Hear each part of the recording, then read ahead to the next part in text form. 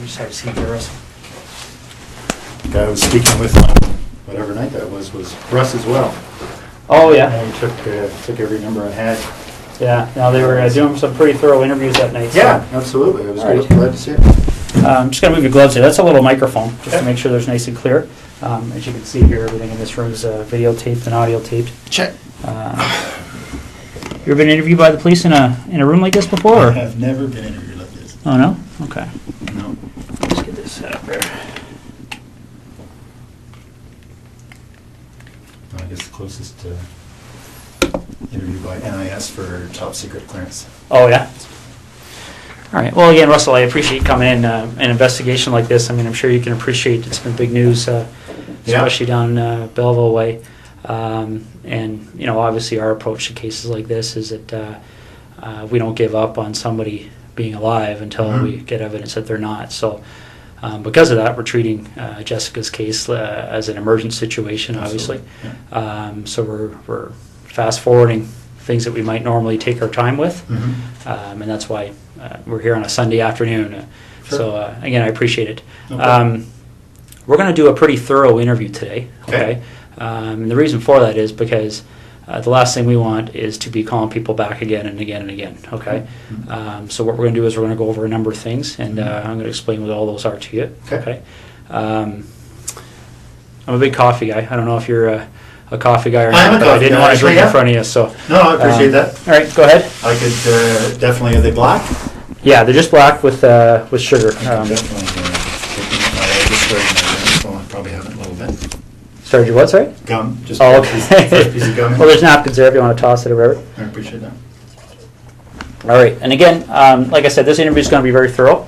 But again, I have a simple rule when I talk to people. It's I'm sure you're the same way. I treat everybody with respect. I don't want to ask you to do the same for me. So what we're going to do is we're going to start off by going through what your rights are. Okay? Just like everybody else. Okay. Have you ever read your rights before? No. Yeah, I'm sure you've seen it on TV a whole bunch of times, but that's usually the American version. So I'll go over with you briefly. Okay. Basically, in Canada, as you know, I'm sure, is we all have our rights guaranteed under the Charter of Rights and Freedoms. Right. Okay. Now, Russell, just to avoid any confusion, because people do get confused when they're talked to by the police, is that you're obviously not under arrest here today. Okay. Yep. Anytime you feel you want to leave here, you feel free to do so. The door's not locked. Teresa will walk you down the lobby anytime you want. Okay. If there's anything that comes up in our interview today, Russell, that you feel you want to talk to a lawyer about, you just let me know. Okay. Sure. And the reason for that is I want to explain to you exactly what's going on here. Okay. Jessica Lloyd is one of 4 cases that we're currently investigating. Okay. Right. And essentially what's happened is over the past about 4 or 5 months, there have been 4 occurrences, that, like I said, that we're looking into. 2 of those occurrences occurred in September of 2009. And very briefly, they were up in the Tweed area. They involved somebody entering 2 different women's houses in the evening hours and committing sexual acts. Okay. In November of 2009, a young lady by the name of Marie-France Como My people. was found murdered in her home in Brighton. And we believe that there was a sexual component to that crime as well. And then most recently we have Jessica Lloyd's disappearance. Okay, so essentially when you're looking at those kind of crimes, we're looking at a number of different potential criminal charges. All right. Absolutely. We're looking at issues all the way from the most serious one, which is first-degree murder, kidnapping, sexual assault, break and enter with intent to commit sexual assault, forcible confinement. Okay, and so what I want to make sure you understand, and this is what we've been doing with everybody we've been talking to, is that clearly when we find out who's responsible for one or all of those crimes, they could be charged with one or all of those offenses. Okay, whether it's you or whether it's anybody else. Right? Absolutely. And that's why it's important that we make sure that people understand what they have to do and what they don't have to do when they're talking to us. Okay? So as I said before, any point today you feel the need, you want to speak to a lawyer, you let me know, and we can take you to a room where you can do that in private. Okay? Do you have your own lawyer? I have a realty lawyer, but Okay. no, I don't have a lawyer. All right. If at any point you want to make that call and you don't know who to call, we have a phone list of lawyers that are available to give you advice free of charge right over the phone. Okay. So again, if at any point today you want to take advantage of that, you just let me know. Sure. Is there any reason you want to call a lawyer now? Nope. Okay. A couple other fairly simple and straightforward things that you probably understand, but again, we go over them to make sure everybody's clear, is that you don't have to speak to me today, okay? Okay. And the reason for that is because the law considers me to be what we refer to as a person of authority, okay? Probably similar to what you may be considered to be on the base. Yeah. And because of that, I can be compelled to appear before any judge in the country, basically, to account for what takes place here today between you and I, okay? Sure. And that's the reason why everything's recorded, because there can't be any more accurate record than that, right? So. No, understood. And the other thing I want to make sure you understand is that, you mentioned a second ago about Ms. Como being one of your work associates. So I don't know what's happened since November on the military side of things. But what we want to make people clear on is that if you have been spoken to by any person in authority or any police officer about any of those cases, I don't want what they may have said to you to make you feel influenced or compelled to say anything to me today, okay? Whatever you might have felt influenced or compelled to say to them earlier, you don't have to repeat it to me and you don't have to say anything further, okay? But obviously what you do say, for the third time is being recorded, right? So. Understood. These first two attacks happened not that far from my place in Tweed. Well, the second one did. Yeah. We didn't even know the first one had happened, but I understand that was reasonably close as well. But the second one was very close. Yeah. So certainly at the time, the OPP did a door-to-door. Yeah. Within a couple of days, probably the same night. So I spoke with a couple of guys then. Okay. Yeah, and I'm aware of that from looking at the different cases. And essentially, Russell, in a nutshell, that's what we wanted to talk to you about. Okay, those 4 cases are of concern to us, and you've kind of almost hit the nail on the head about some of our issues that kind of make us want to talk to Russell Williams. Okay, because essentially there's a connection between you and all 4 of those cases. Would you agree? Geographically, and then I guess I drive past. Yes, I would have to say there is a connection. Yeah. Yeah, and that's why I'll be quite frank with you. That's why things kind of evolved when the officers talked to you on Thursday night. Okay. We kind of went from there because when I think you discussed with them the fact that you were a colonel at the base. I was in uniform at the time, so. Yeah, so pretty obvious, right? Yeah. So essentially, then the connection with Ms. Como was made, and I believe you're a door or 2 down from one of those 2 incidents in Tweed. 3 doors down, yeah. Yeah. Very close, absolutely. Yeah, exactly. So those are some of the issues we wanted to discuss with you. Yeah. Okay. So just getting back to these 4 incidents that we're talking about. Maybe you could just give me a little bit of history as to your arrival in the base in Trenton. When did you start working there? Friday on the day I was.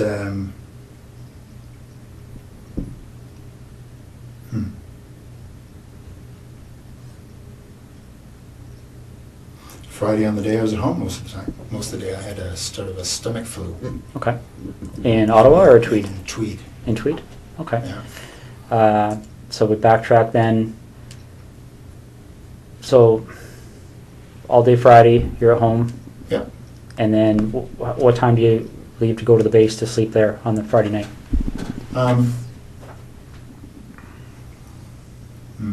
Not sure. Probably just went in for just before bed. So I probably left Tweed at between 8 and 9 or so. Okay. And you get to the base and spend the evening there and get up for the 5:30? Yep. Okay. That's right.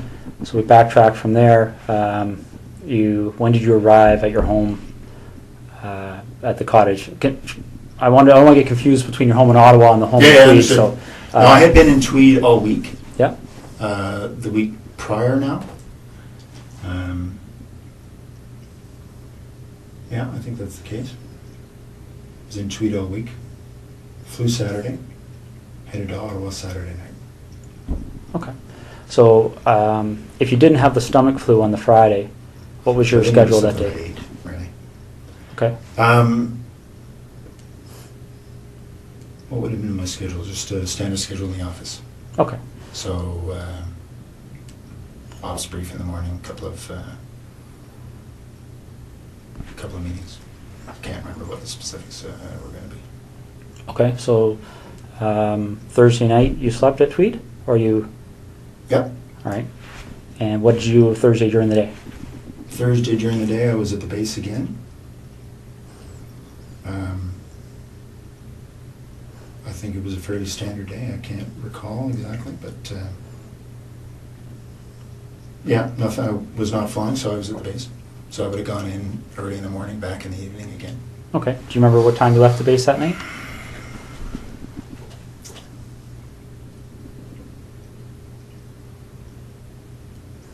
I don't remember anything peculiar, so I would say, I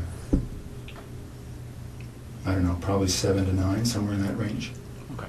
And that's when you left? Left the base, yeah. And what That's a 45-minute transit. So 45 minutes home? Yeah. Okay.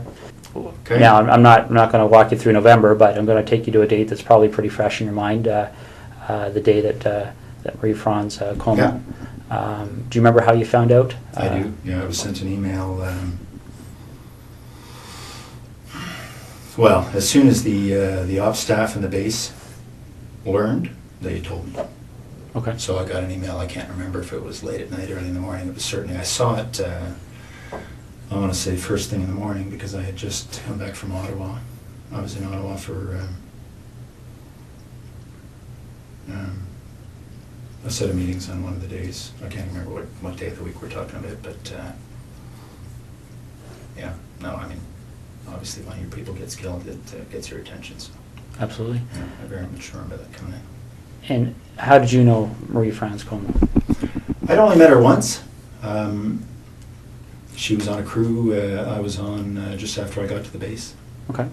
So I can't even remember. I think it was a one-day trip. I did a number of trips in Canada transporting our troops, sort of first leg out of Edmonton.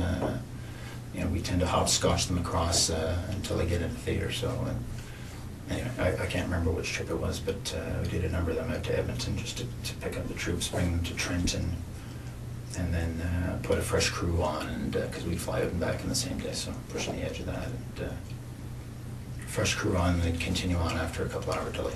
Okay. Do you know roughly when that happened? That we were on the same crew? The time you met her, the one time there, yeah.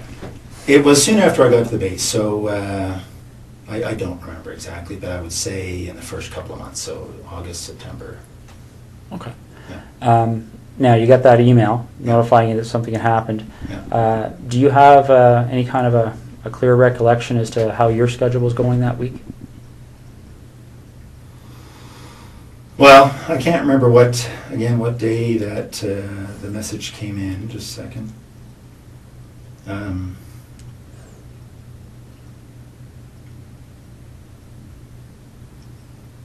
I can't remember what day of the week, but I just think there was a whole bunch of activity spun up as a result, obviously. No, I can't remember the day of the week.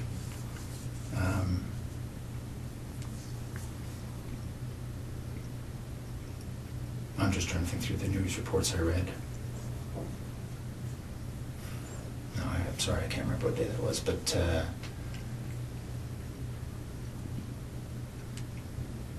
what we learned after the fact was that the MPs had learnt of her death, I think quite a bit after her body had been discovered. Okay. So I think what happened, sorry, just a second.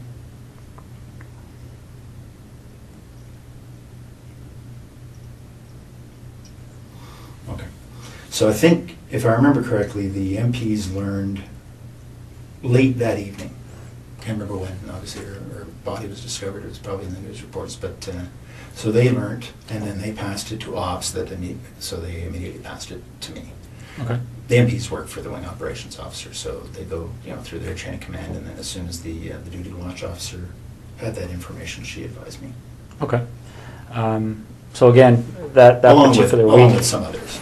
Right, right. I'm sure it spread like wildfire. Yeah, absolutely. So that particular week, do you have any recollection? Well, for instance, when you got the email, Yeah. do you remember where you were? I was at home in Tweed. Okay. Yeah. Do you remember if that was a week that you were reasonably stable in Trenton, or had you flown? No, I had been in Ottawa. I had been in Ottawa earlier in the week for some meetings over in Gatineau for one of the, it's actually for the C-17 acquisition. I was project director when I was here in Ottawa for that, so just some follow-up stuff for that. Okay. So I had been here at some point in that week. Again, I can't remember how the days all fell together, but I seem to remember that I got this word shortly after having come back from Ottawa. It seems to me it was the same week. So if we were to do a similar investigation in your background, is there anything you can think of that anybody may have misinterpreted, or anything in your history that somebody might say Russell Williams Absolutely. did this? No. Okay. Be very boring. What's that? It'll be very boring. All right, because essentially that's what I'm looking at. Is it? You seem like a very intelligent person, and I think you can see how a surprise like that would certainly set off Absolutely. some alarm bells in There's our investigation, right? Okay. Yeah. So the next thing we need to cover off is, well, I'll just ask you this straight out. Given the types of crimes we're investigating, do you get much chance to watch television shows, CSI, things like that? I do watch, I prefer Law and Order, but I do watch CSI occasionally, yes. Okay. So you have an idea of, obviously, the forensic capabilities, things like that are out there. What would you be willing to give me today to help me move past you in this investigation? What do you need? Well, would you be willing to supply things like fingerprints, blood samples, Sure. things like that? Yeah. Okay. Footwear impressions? Yeah. Okay. All right. I think that's what we're gonna ask you to do. Okay. All right. Now we have a process we have to go through to do that. Okay. And for the blood sample, I don't take the blood sample. We have specially trained officers that are trained to do that. Okay. I'm going to step out and make sure they're still available. Can I assume you're going to be discreet? It's possible. Yeah. Because, this would have a very significant impact on the base if they thought you thought I did this. Well, bottom line, Russell, that's one of the reasons we're here on a Sunday afternoon. Okay. The military certainly be of great assistance to us, especially in relation to Miss Como's investigation. Mhm. So that's certainly one of the things that went into our decision to give you a call at home today and see if we could deal with this today. Okay. So, okay.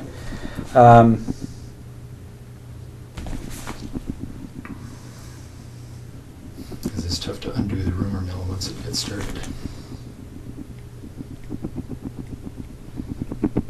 But I appreciate that. Okay. Now that you've had some time to, I know we've been throwing a lot of things at you here, but now you've had some time to think about things. Is there anything that you're concerned about that buccal swab matching in any of those 4 residences? Is there? I guess let me explain what I'm getting at here, Russell. Okay. This is a significant investigation, as you can well imagine. Yeah. That DNA is going to be significant in our investigation, both quite possibly to help you, quite possibly to help us. Understood. I don't know yet. I don't know what the result is yet. Mm-hmm. And I'll go back to the example I gave you because it's a very similar issue, I think. And you talked about the idea of discretion here. Okay. Mm-hmm. You talked about the idea that I think hopefully you appreciate the fact of how we approached you here. Yeah, absolutely. And essentially, we have no issues with that. Okay. We talked recently about the whole idea of any unusual sex acts in your history. Mm-hmm. But another thing that can often happen in cases like this is that people become concerned about things like extramarital affairs, indiscretions along those lines. Mm-hmm. Is there any contact that you may have had with any of those 4 women that you may not want your wife to be aware of?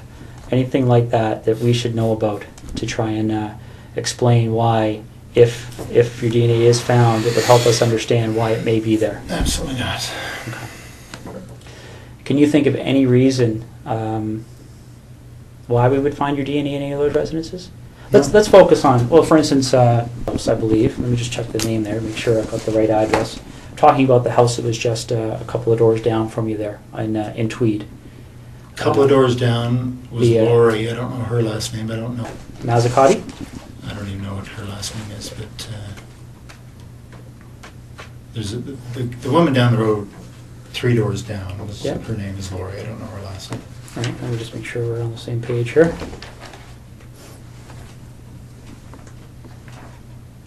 Okay. My understanding is she lived at 76 Cozy Cove. Yeah, so she would be the one, the second one, the second incident on your road there. Yep. A couple of doors down. Ever been in her house? No. We met her once, I think the first summer we were there, so in '04. Okay. And that's what I'm getting at. Again, this is a credibility issue, right? Yeah. Because I don't want to come and see you 2 weeks from now and say, Russ, our CSI people went in that house. And are you familiar with how DNA works? I think broadly, yes, I would guess so. One of the challenges we have in 2010 with DNA is it's become so precise that I guess the best way to explain it is I can think back 15 years ago when I started in violent crime investigation. Yeah. For us to get a DNA match, the sample we had to find was, probably would have filled half of one of these cups. Because they destroy so much of the sample in the testing. Okay. Essentially, DNA has become more and more precise to the point where when you and I walked in this room earlier today, we could have sat down, talked for 30 seconds, walked out. CSI officer could have come in 3-4 days from now, done some swabs here, and he would have found your DNA and my DNA, and probably a lot of other people's DNA. Sure. A little bit gross to think about, but essentially, as we talk, a little bit aspirate comes out of our mouth that contains our DNA, our bloods, or our skin cells contain our DNA, and that's what I'm getting at. If you were ever in Lori's residence, quite possibly, quite innocently, your DNA could be in that residence. Has there ever been a time you've been in there? No. Okay. What about the other lady down the road on? I hadn't even heard that name, so no, I don't actually know who that was. Okay. Have you ever visited Marie-France Como at her residence? No. Okay. All right. So you're quite positive there would be no reason why your DNA would be in any of those 3 locations. Okay. Did you know Jessica Lloyd even in passing for any reason? No, I didn't hear her name till it was on the news. Okay. And the reason I'm asking that is because I know you were asked that question on Thursday night, and sometimes what we find, and again, this is one of those situations that can sometimes cause us to get in a lengthy investigation as somebody that maybe doesn't deserve it. But what can happen sometimes is somebody gets stopped by the police like you did, and they get asked that question, and people, when they're stopped by the police, they can be nervous, okay? So they blurt out an answer, and then they start driving away, and they go, oh, why did I do that? Because the problem is that once they get asked again, then they feel compelled to maintain that answer for fear that if they change their answer, somebody could find it. You understand what I'm saying? I do. Okay. So I want to make sure that's not happening here. I don't care what you said to the officers on Thursday night last week. If there's any communication or contact between you and Jessica Lloyd, you've seen her picture, right, around town? Yeah, absolutely. Okay. Ever seen her before? I don't. No, I would say I have not. Okay. All right. All right. And you mentioned something about doing some renovations at your property in Tweed there. I think you said something earlier about tearing up carpet. Correct me if I'm wrong, but oh yeah. Okay. When did all that happen? In 2004 or 5. Okay. Any recent renovations? No. Okay. All right.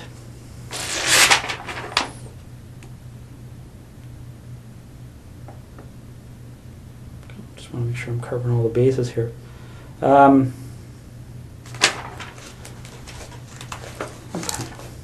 What kind of tires do you have on your Pathfinder? I think they're Toyo. Okay. Do you know the brand name, or sorry, I the think that make? is I don't remember. Sorry, the make is Toyo. Yeah. I don't know the model. Okay. Just see, I'll read this off to you, see if it rings a bell.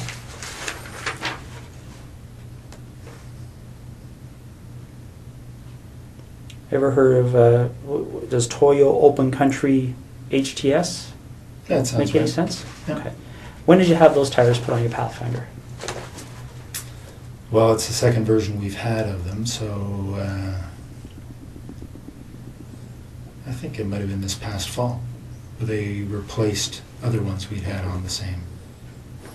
Okay. Well, Toyo, I can't say that they were exactly the same model, but our dealership here in Ottawa says they're very popular for the Pathfinders.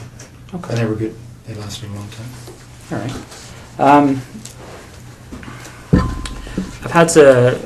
I think you were talking about the whole idea of the MPs helping us with our investigation, stuff like this. You have the same system as we do at our headquarters with the swipe cards. Mm-hmm. One of the things one of our investigators did is they made a call while I was talking to you there because we were trying to work through that week of the 23rd of November. Okay. 23rd being the Monday, 24th being the Tuesday. Okay. What they've told us is that, and I want to make sure I get this right, is that on the 23rd, your swipe card was being used at the base. Okay. Okay. On Tuesday 24th, there was no use of your swipe card. Okay. And then on the following days, the Wednesday, Thursday, Friday, there was what appeared to be average activity of your Okay. swipe card in the base. Does that make sense to you? It does. That says that I was in Ottawa on the Tuesday. Okay. Do you remember where in Ottawa you were? Yeah, I was in Gatineau with, as I said, meeting about the C-17. Okay. Now, again, I want to be fair to you here. We're going back 2 months. Yeah. Are you sure that would have been the day you were in Ottawa? Well, only because I wasn't at the base. Okay. So I can't remember, honestly, that that's the day I had the meeting in Ottawa, but if I wasn't at the base, it was because I was here. Okay. Now, if that is the day you had a meeting in Ottawa, do you remember being at the base on the Monday, the 23rd, and swiping your card in and out? Do you remember what you would have done that evening to get to Ottawa for that meeting? Like, would it be... I drove to Ottawa in the morning of the day of my meeting, so if it was the Tuesday, then I would have left Tweed. It was a very foggy morning that morning. I drove in that morning. Okay. So I would not have been at the base the day I was in Ottawa, because the meeting started at 8:30 or something. Okay, so you leave the base, you would have went home to your residence in Tweed, Yep. and then you left Tweed in the morning and drove up to your meeting in Ottawa. Yep. Okay. You leave the meeting in Ottawa is a daytime meeting, evening meeting, or do you remember? Yeah, it was a daytime meeting, finished, I don't know, mid-afternoon or so. Okay. We had lunch and then finished. I think my wife and I had dinner because she was here for work, and then I headed back. Okay. Well, these are the kind of things I'm trying to draw out here. That's helpful to us. Do you remember where you had dinner? Well, I don't remember exactly the restaurant, but it was in Westboro because that's where our house was being built at the time. So we had dinner, in a restaurant that we would expect to be able to frequent once the house was finished. Okay.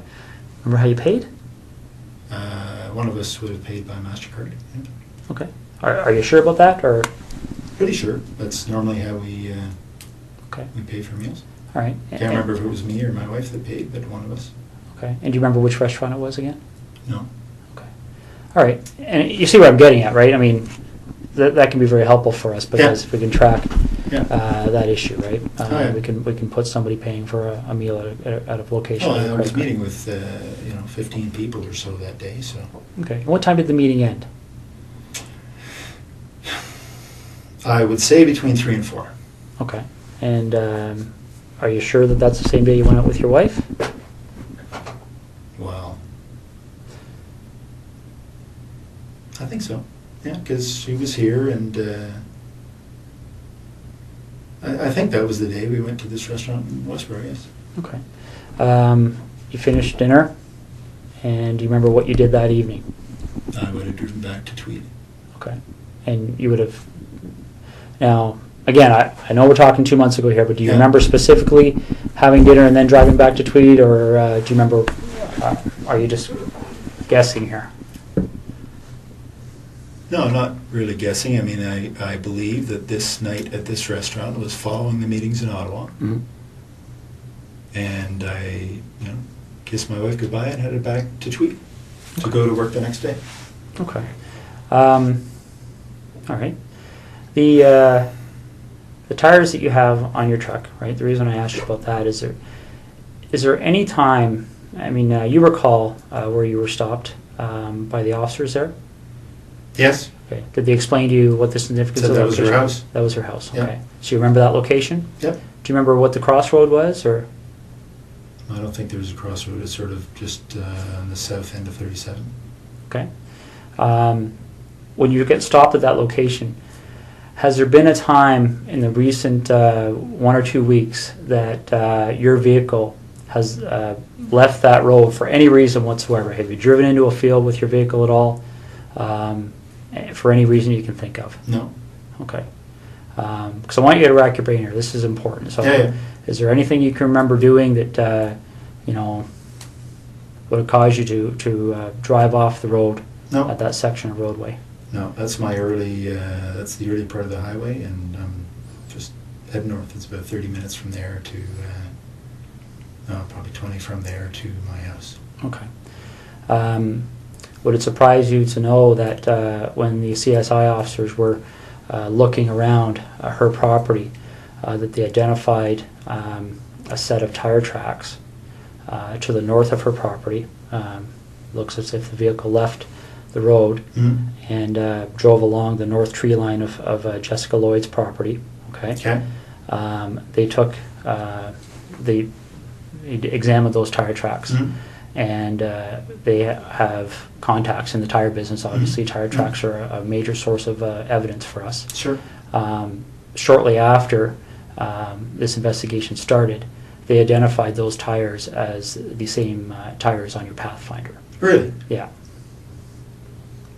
Okay. Okay. One of the other things that they do to try and identify the type of vehicle that may have left those tires, Mm-hmm. well, is they do two things. They talk to witnesses. Mhm. Okay.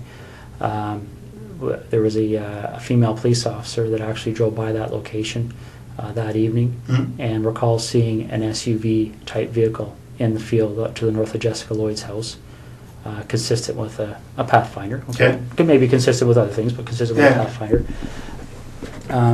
And they, what they also do to try and identify the type of the vehicle is they look at what they call the wheelbase width. Mhm. Okay, because different vehicles, different makes, models have wheelbase width. So they Yeah. can take those two sets of tire tracks, measure the distance between them. Yeah. Okay, and determine what the width is. Sure. And then they can enter that into a vehicle database, and it will spit out the types of vehicles. Yeah. Okay, your Pathfinder's wheelbase width is very, very close to the width of the tires that were left in that field. Mm-hmm. Okay,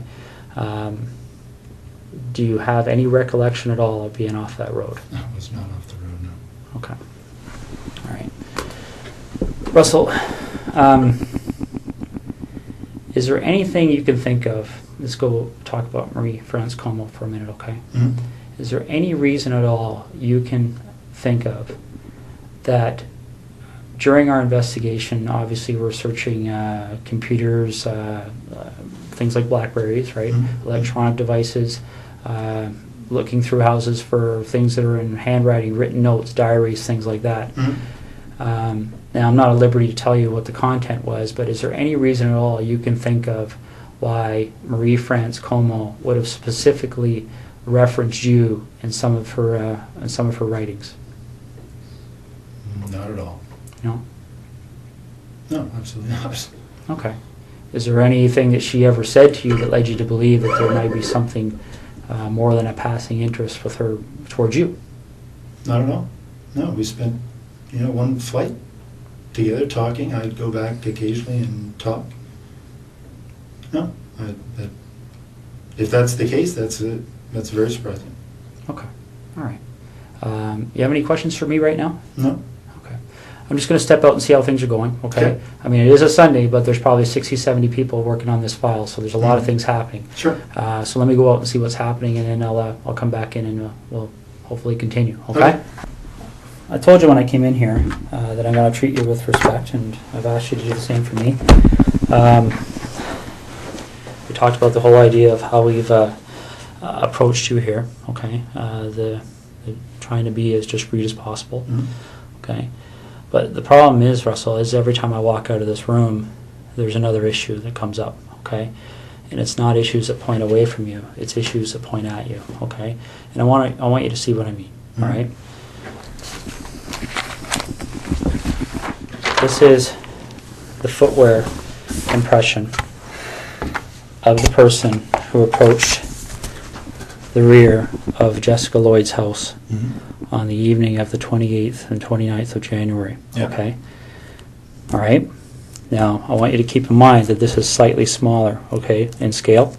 Okay? Okay. All right? That's not to scale. The footwear is actually bigger. Okay. If you look here on the ruler, you'll see that 1 inch is just slightly smaller than an actual inch. Okay. Okay? But this is the way it prints off on the computer. Yeah. I'm going to move this over so you can see what I mean, all right? Because essentially when you're dealing with footwear impressions, we have a gentleman on the OPP who's basically world-renowned. His name is John Norman. And essentially with footwear impressions, you're in a situation where you're pretty much in the area of fingerprints, okay?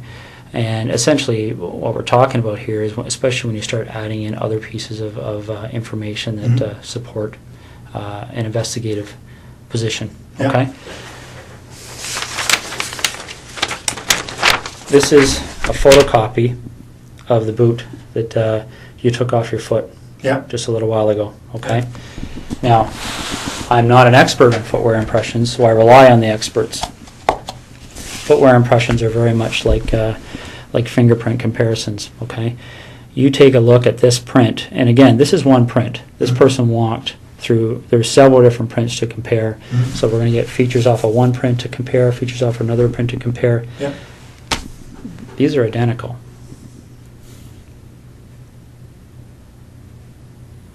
Okay. Your vehicle drove up the side of Jessica Lloyd's house. Your boots walked to the back of Jessica Lloyd's house on the evening of the 28th and 29th of January.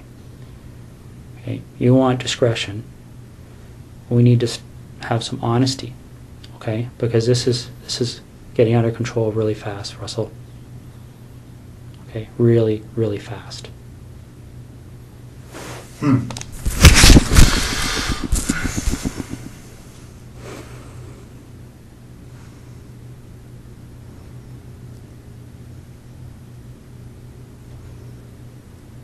This is getting beyond my control. All right, I came in here a few hours ago and I called you the way I called you today because I wanted to give you the benefit of the doubt. But you and I both know you were at Jessica Lloyd's house, and I need to know why.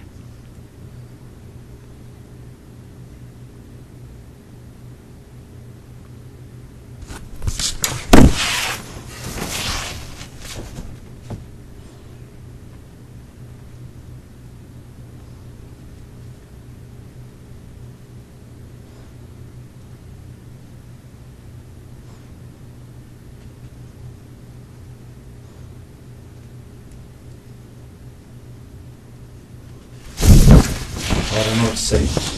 It's Well, you need to explain it because this is the other problem we're having, Russell, okay? Again, these decisions are made by me. Right now, there's a search warrant being executed at your residence in Ottawa, okay? So your wife now knows what's going on. There's a search warrant being executed at your residence in Tweed, and your vehicle's been seized, okay? You and I both know they're going to find evidence that links you to these situations. Okay. You and I both know that the unknown offender, male on Marie France Comeau's body is going to be matched to you, quite possibly before the evening's over. Okay? This is a major investigation. The Center of Forensic Science is on call 24 hours a day helping us with this. Your opportunity to take some control here and to have some explanation that anybody is going to believe is quickly expiring. Okay? We're applying, the investigators now applying for a warrant to search your office. Right? These aren't decisions that we can say yes or no to. This is the practical steps in an investigation like this. And Russell,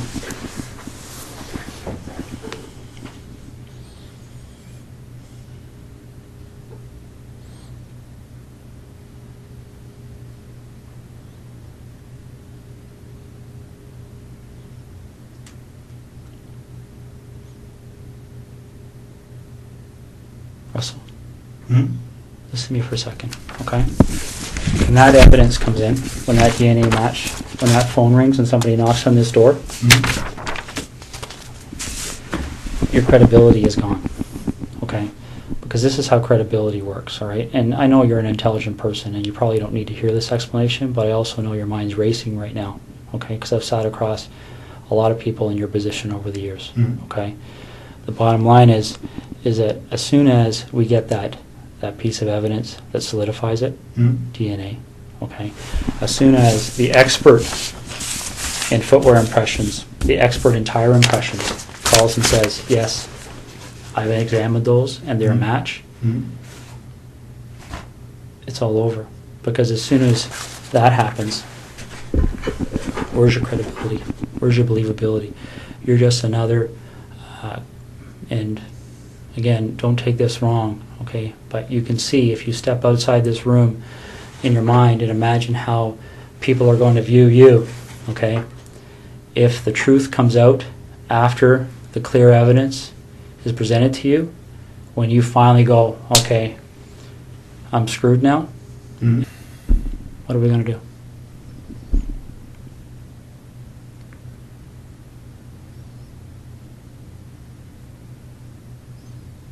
Russell, you know there's only one option. What other option is there?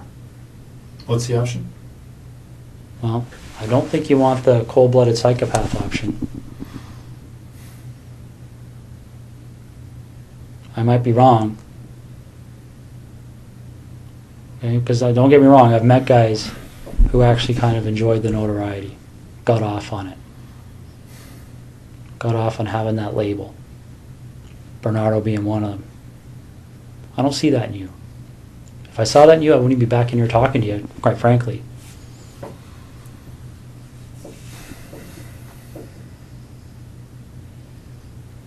But maybe I'm wrong. Maybe you got me fooled. I don't know.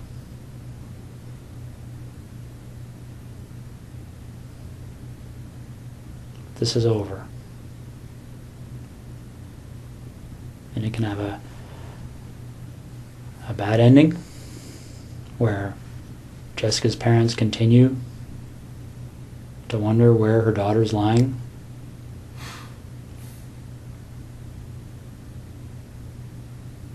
And I don't know. I mean, obviously, there's a huge search still underway, and it'll continue. It'll continue until her body's found. That might even happen tonight, for all I know. Once that happens, then I don't know what other cards you would have to play.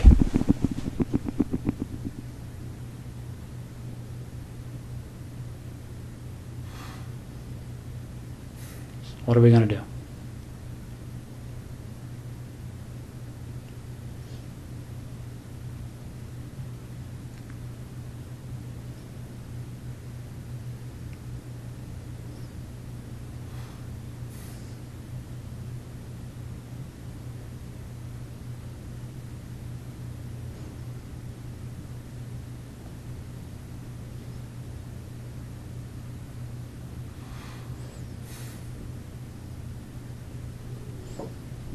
Russell,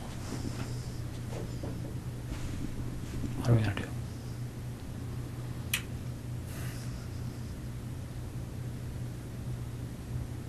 Russ, please. Okay. What are we gonna do, Russ?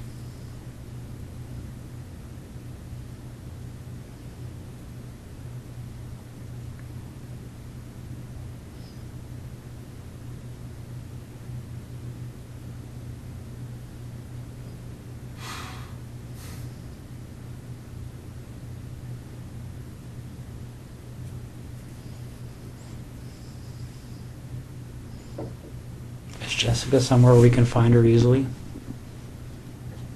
Like, is this something where I can make a call and tell somebody to go to a location and they're going to find her, or is this something where we have to go and take a walk?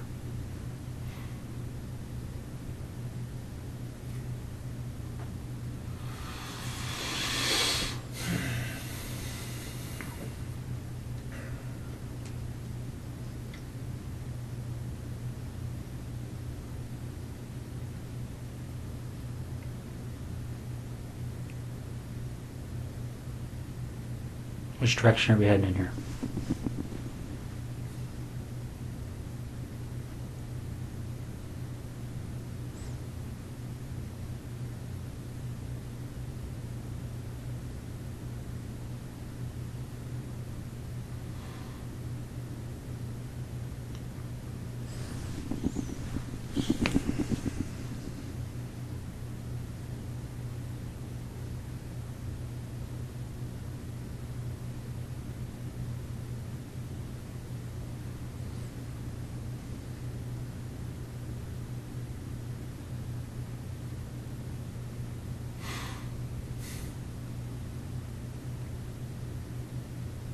Russ, maybe this would help. Can you tell me what the issue is you're struggling with?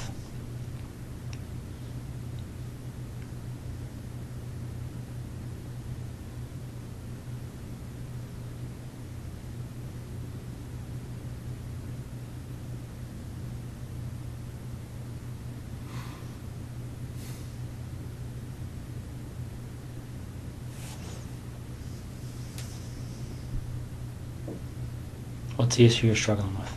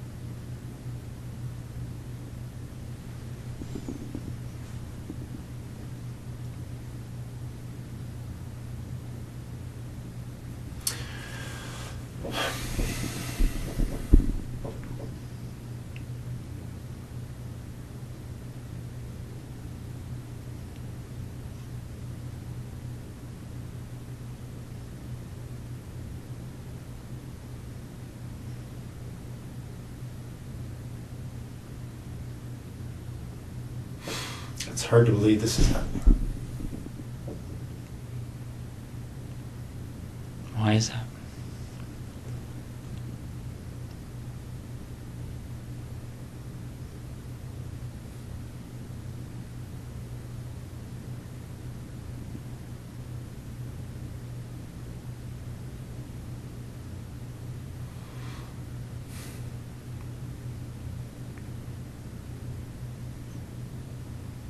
Why is it hard to believe?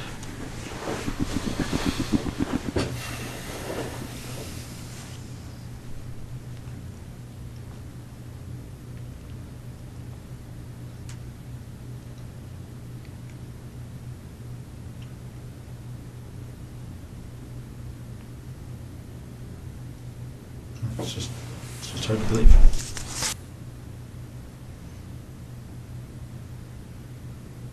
Whose decision was it? And we're going to find out the answer to this anyway. But whose decision was it to issue the directive to the base personnel that nobody had to speak to the police and to seek legal counsel before they were questioned? It's I don't think that was... my understanding that direction came from somebody that reports to you. What do you think they're going to say, Well, Russ? no. What do you think they're going to say? All right, and let's step back for a second here, okay? I really don't think it benefits you or makes you look any better to start debating the little issues, No, okay? but that is news to me. Okay. I have a legal officer that reports to me Yeah. who may have given that direction. Okay. But that's the first time I've heard it. If that's true, Okay. that's the first time I've heard that. All right, and that may be the case, but how does it look? Right? We're not even dealing with something that's really even evidence, because it's not needed. I mean, when No, you no, have, but when you that- have DNA and all this other stuff, that's not even What really was the an issue. direction? I don't recall, but it was something along the lines of telling the people on the base that they weren't required legally to speak with police, and they should seek legal counsel before they decide to speak. But Okay. Well, if that was actually said, it would not have been to the base at large. It may have been to the individual, the boyfriend who was the suspect. okay, that- my understanding, it went out to all personnel. No, absolutely not. Maybe no, only under your command. I don't know. It didn't. Okay, okay, that's I fine. did never see it. That's fine. Now let's get back to the issue. What's that? So you talk about perception. My only two immediate concerns from a perception perspective are what my wife must be going through right now Yeah. and the impact this is going to have on the Canadian Forces. Where do we go?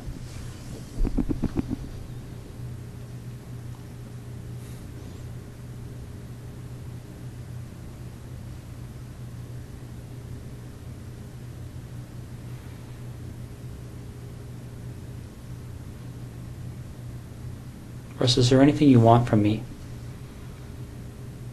Is there anything you want me to explain? Is there something missing that you're struggling with that I can shed some light on for you?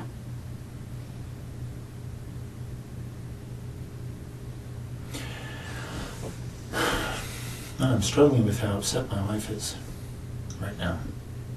Russ, what are you looking for?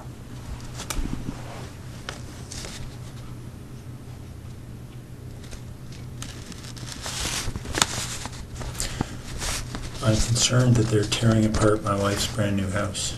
So am I. But if nobody tells them what's there and what's not, they don't have any choice. Computers will be brought to Microsoft in California. They'll be picked apart. You can't erase things from computers. It doesn't happen. I'm sure you've seen that. I'm sure that's pretty common knowledge these days. It just doesn't happen. They sell programs that to try and help people clean their computers of stuff, and our guys are pulling that stuff out all the time. The FBI is pulling that stuff out all the time.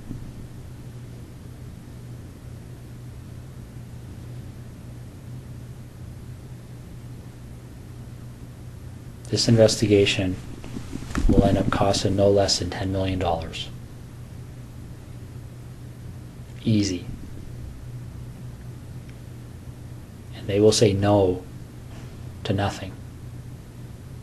Any request this major case manager makes on this case, they've already been told it's approved. Don't even bother asking.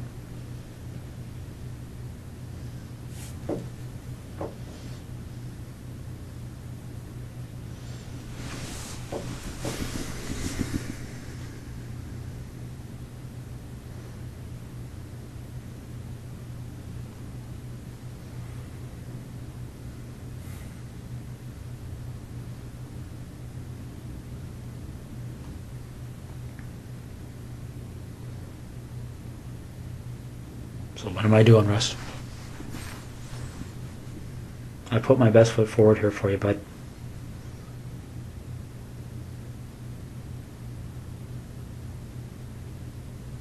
I really have. I don't know what else to do to make you understand the impact of what's happening here.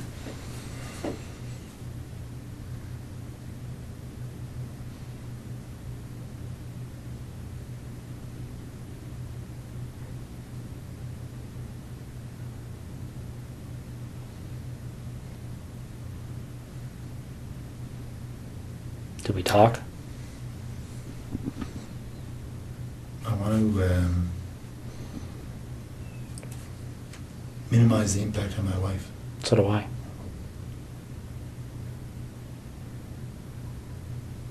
So how do we do that?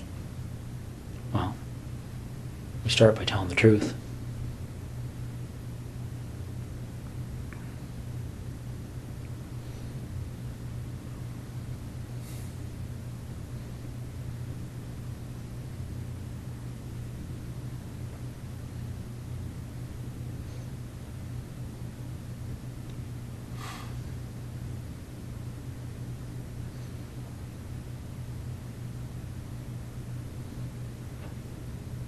Okay. Okay. So where is she?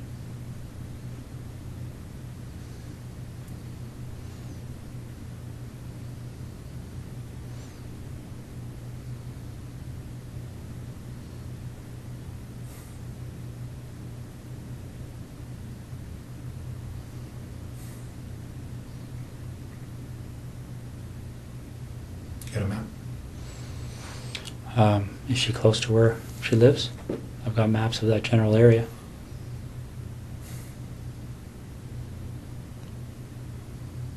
Which town is she near? Why don't we start there?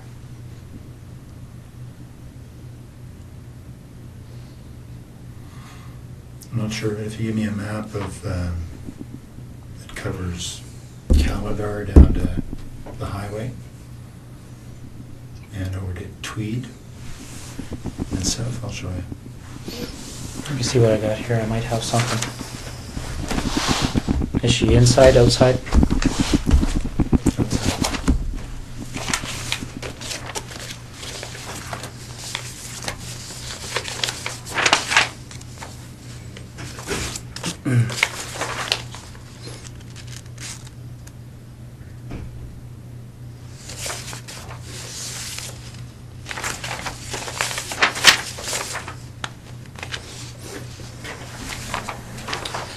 Probably the biggest area I have there, Russ.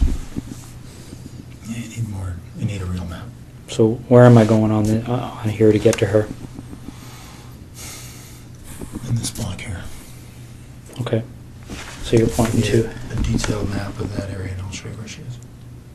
Okay. Is she close to a road? Yep. All right. Is it something where is she buried, or is she somewhere where if you walk there you would fairly easily see her? It's here. Okay. So she's south of 7, east of Tweed, west of 41. Mm-hmm. And what's this road here? Not sure. Neither am I. Okay. I'll be right back, okay? Do you want any water or anything? Sure. Okay, I'll be right back. How long has she been there for?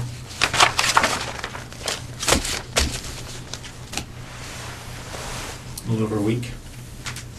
Was it fairly quick from the time she left? Friday night. Friday night? Yep. So where was she between Thursday night and Friday night? In Tweed. With you? Yep. How long was she alive for?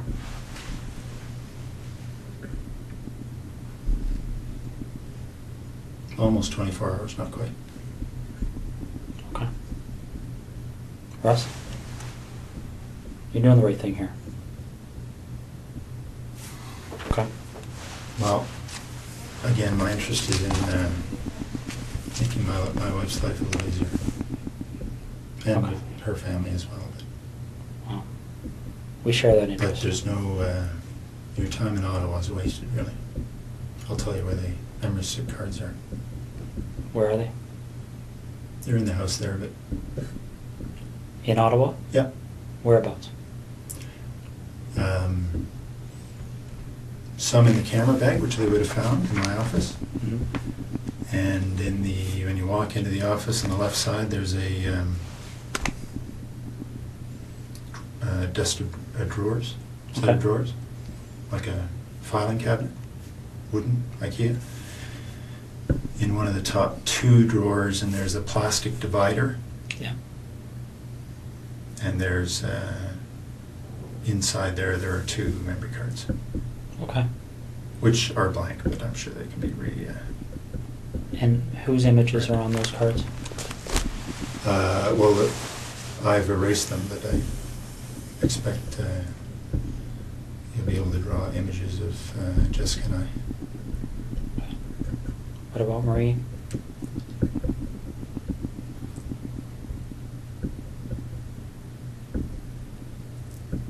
There may be images on there as well. And the 2 women from September? Yep. Okay. Do you have those images stored anywhere else?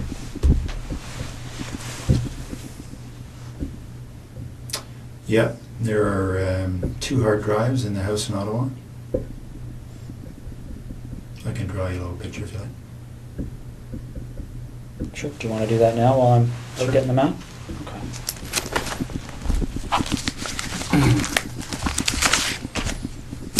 Want anything to eat or anything? Leave that with you. Okay. Sure.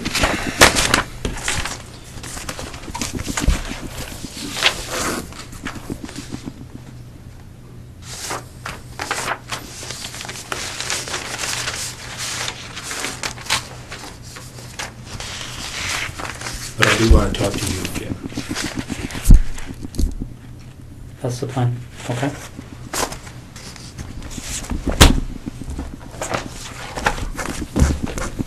I'll be right back.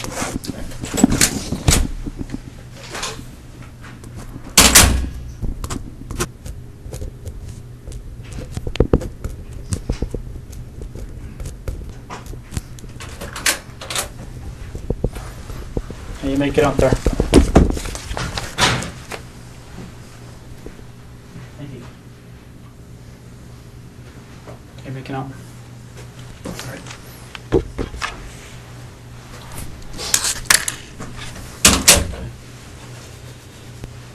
Somebody running around looking for an actual map, but I did the same thing with the Google Maps. Just have to glue them up a little bit more.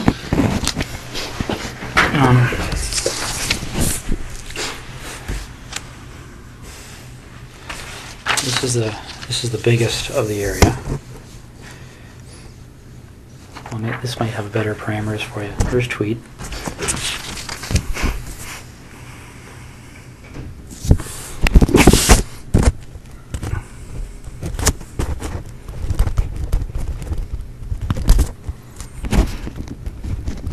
.7 kilometer from this intersection on the side of the road.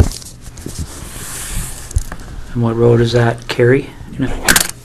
South of, can't read that word. East Hungerford? Does that make sense? Oh, there it is there. Okay.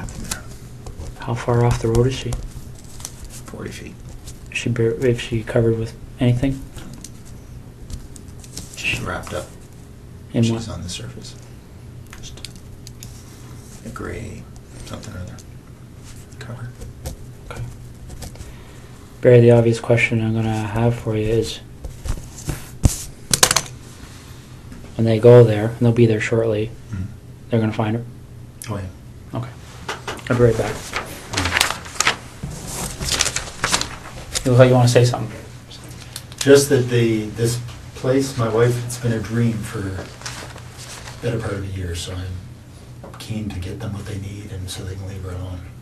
Okay. Well, we're going to do our best to keep that as low key as possible. Okay. What do you want to talk about? Because it's pretty wide open now, eh? Yeah. What do you want to know? Well, do you want to work forwards or backwards? Doesn't matter. Why don't we start with Jessica? Okay. How does that start for you?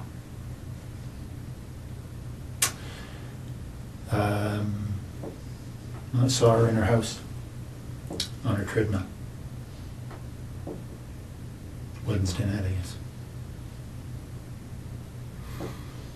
Then I noticed she wasn't there Thursday. So I got into the house to look around.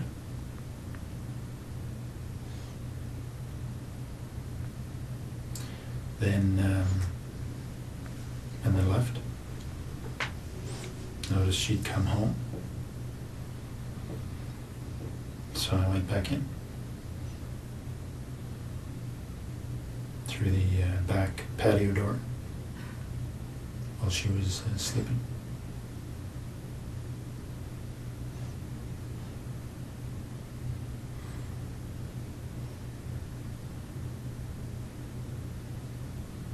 Okay. So I woke her up.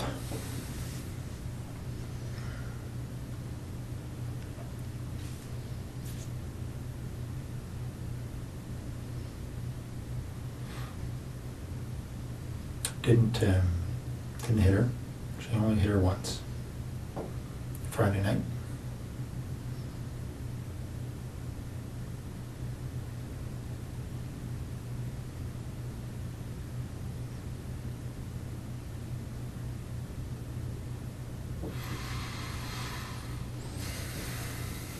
Okay.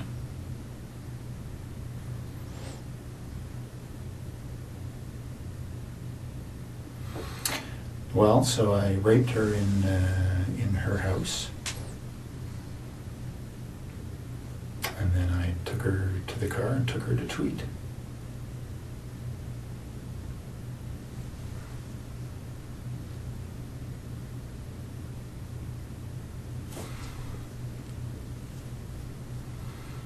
And spent the day in Tweed.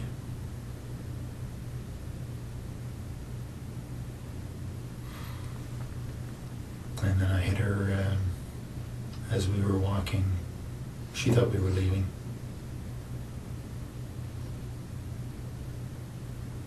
Hit her on the back of the head.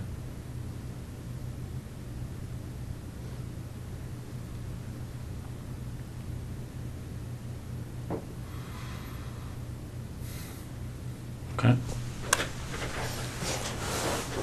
Anything in particular? Well, what did the hit on the back of the head do?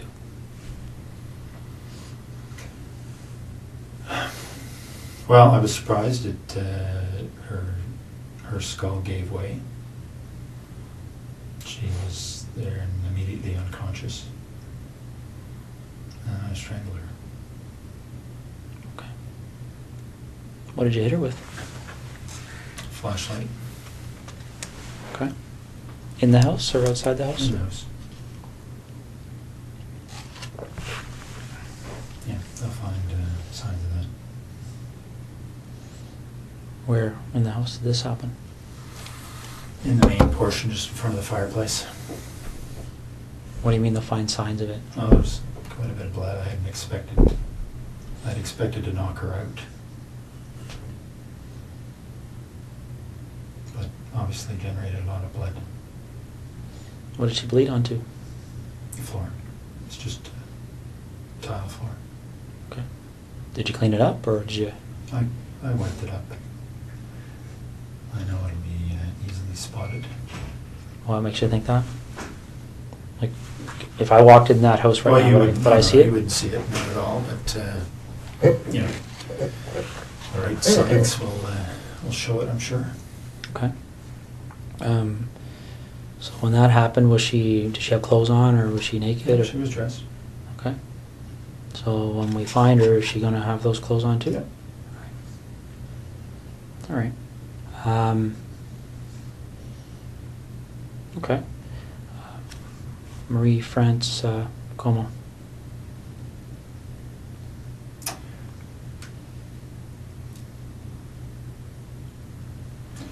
There was an open window in the basement of her house when she was away.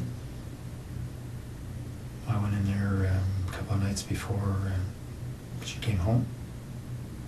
Looked around. I went back in there late at night when she was at home. She was on the phone in her bedroom.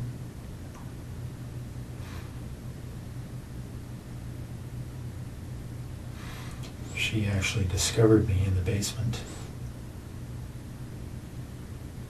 She was trying to get her cat to come upstairs, and the cat was in the basement, had seen me and was fixated on me in the corner. She couldn't get the cat up, so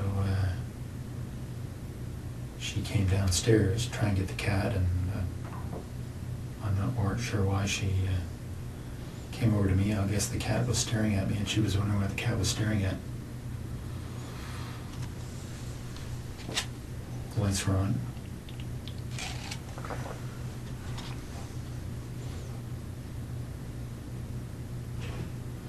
So when she spotted me, I had the same flashlight. I subdued her. Tied her up, brought her upstairs.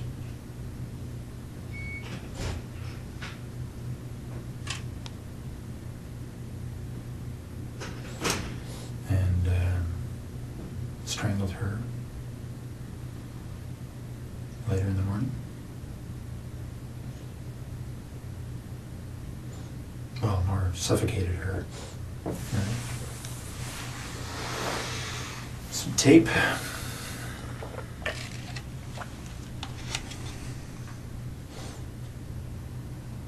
Left her there.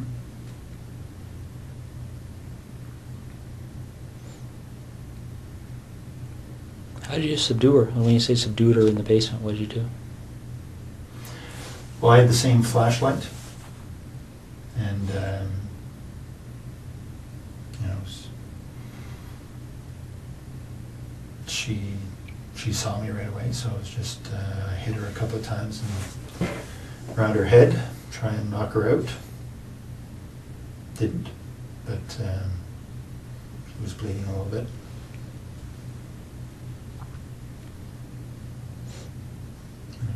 Eventually, through a struggle, subdued her.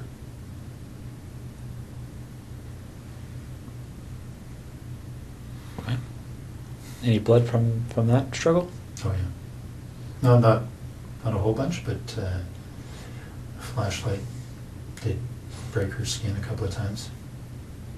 Okay. What area of the basement did that take place in? I was hiding behind the furnace, so she spotted me right there. Okay. Did she recognize you? No, I had stuff on my face. Okay.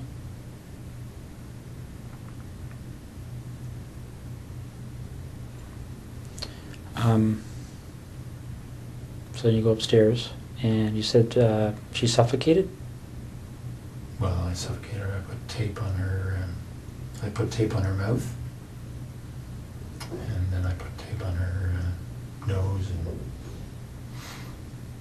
held it there so she couldn't breathe.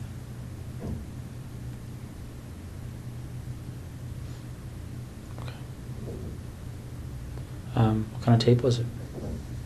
Duct tape. What happened to it? Well, I took it with me and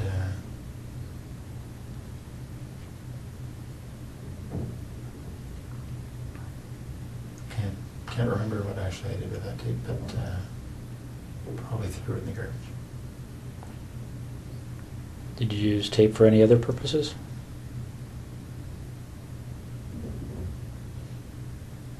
No. Okay. Did she ever recognize you through this whole episode? No. What did you say you had on your face? I had just a cover for my head, just a, a sports, pullover type, like just a little cap kind of thing. Okay. Just a, can't think, lycra or something. And just a headband over my nose and mouth, so it covered most everything but my eyes. Okay. Now this flashlight, where is that now? And tweed. In the house? Yeah. What kind of flashlight is it? It's a red 3 double D. I'm not sure what brand it is, but it's a metal, one of these aluminum. It's like a big, I can't remember what brand they were. Aircraft aluminum flashlights already see around. Anyway, it's a bigger one of those. Did you take anything out of Marie France's house or Jessica Lloyd's house? Yeah, some of their underwear. Okay. That's all. And where is that?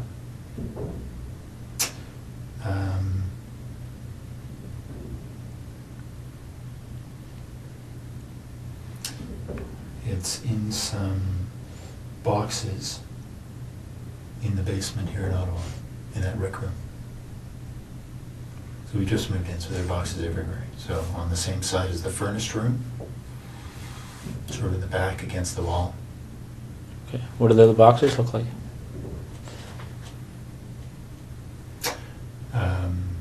I think one's a scanner, the box for my scanner. Mm-hmm. They're all right next to each other, so a quick look through the boxes there will find it. Okay. How much underwear is in those boxes?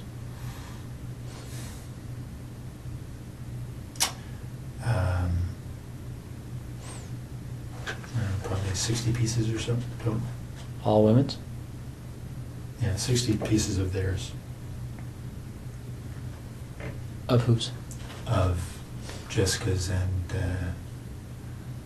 Marie-France. So you took 60 pieces from between the two of them? Yeah. Okay. I think so. All right. And they're in a, like when you talk about a scanner, is it a computer scanner box? My computer scanner is up in the office, and its box is down in the basement, so Okay. it's inside that box. Does any of the underwear in those boxes belong to anyone other than Marie France or Jessica?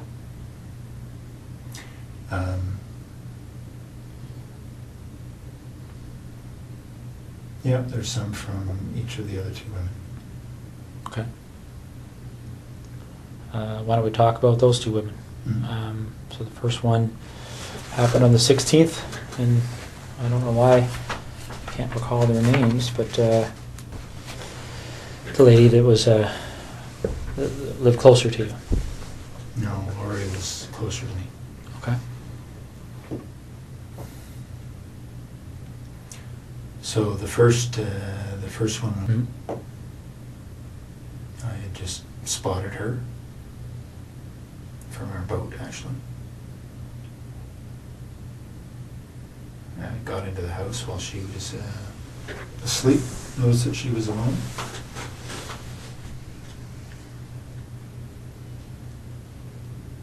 And just hit her with my hand while she was sleeping.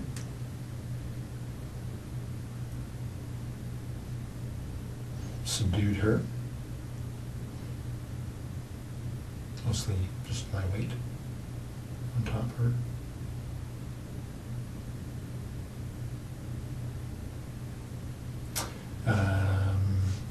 Had her take off her pajamas.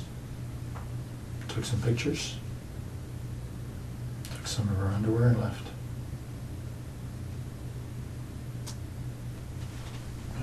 And the other woman? Same kind of deal. Went in through the back of the house. She was sleeping in her, not in her bedroom, but in her, in front of the TV. Very much the same story.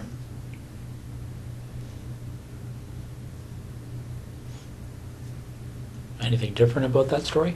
I mean, pretty much the same story and exactly the same story are two different things, right? Yeah, no, not much different at all. I did have the flashlight that time. I hit her with a flashlight. Didn't think it would knock her out. Did. So, and I subdued her with my weight. Took off her clothes, took some pictures, and left.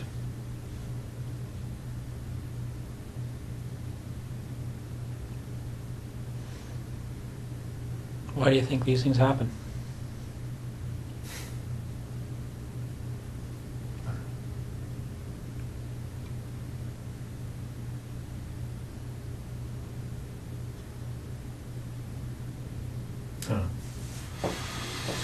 Have you spent much time thinking about that? About why? Yeah. Yeah.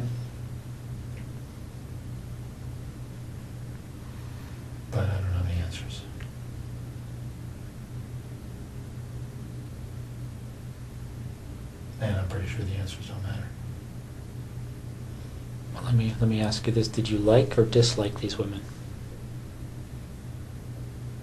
I didn't know any of them. Okay. I had met Maddie France that one time in our airplane. Okay. No, I guess when you're going through these things, are you? Well, let's talk about Jessica, because she was there with you for the whole day, right? Mm-hmm. What kind of feelings were you experiencing while you were with her that day?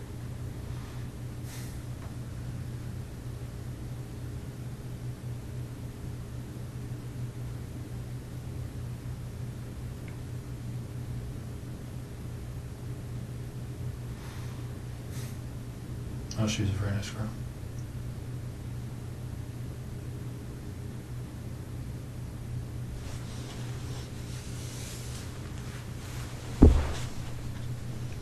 Can you tell me why you killed her?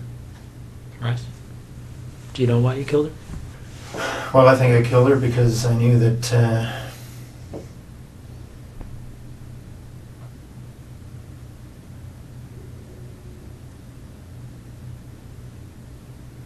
her story would be recognized.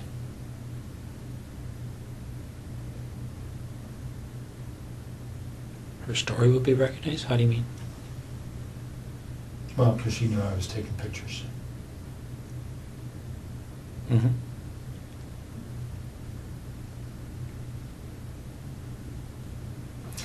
So because of the two stories in Tweed, that would have been a fairly,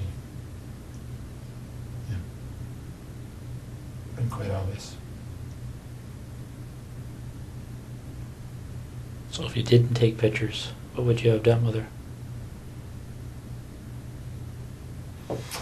I don't know. I mean, she's at your house, right? Well, let me ask you this. Is it 2 lived, right? And 2 died. What was the difference in your mind between... Well, the attention the first 2 got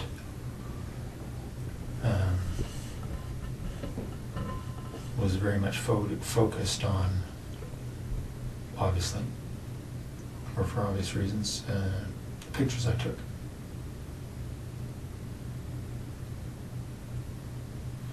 So anybody else telling stories about pictures, right, would have been a fairly straight line.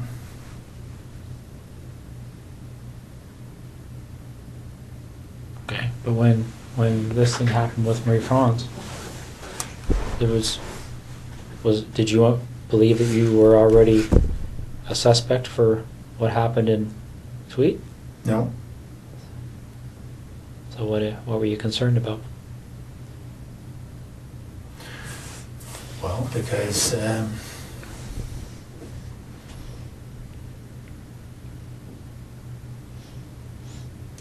was pretty sure that she was serving military, right? Mm-hmm. It would have been difficult for investigators to ignore that connection. Okay. Yeah, makes sense.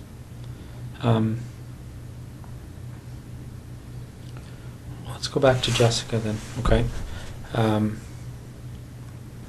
You see her on the Wednesday night, okay? On her treadmill? Mm. How do you see her? She was in the basement, window wide open, on a treadmill. So I drove by. Okay. Did you stop to look at the house, or how does that catch your eye as you drive by? Well, I was looking to see who was where. Don't know that area very well, so I was just keeping my eyes open. Okay.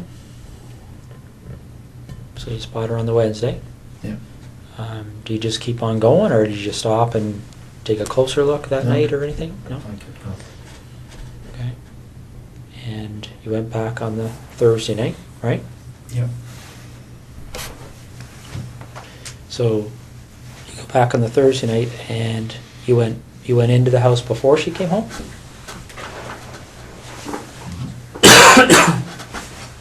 Yeah, she was out. Okay.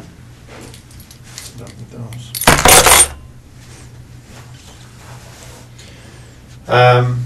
Yeah, she was out. Got in through the kitchen window. It's unlocked. Everything else was locked.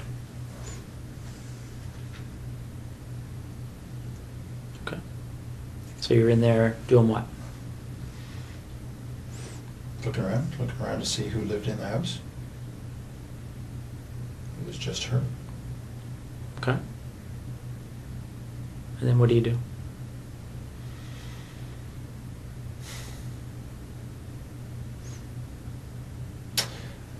Well, I left the house. And then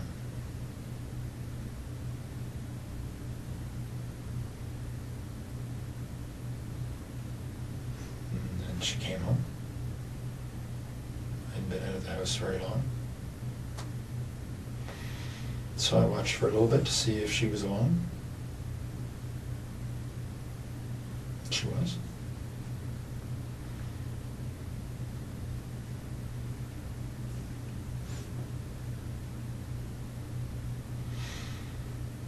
And I went in when she went back to sleep. She went to sleep. Okay.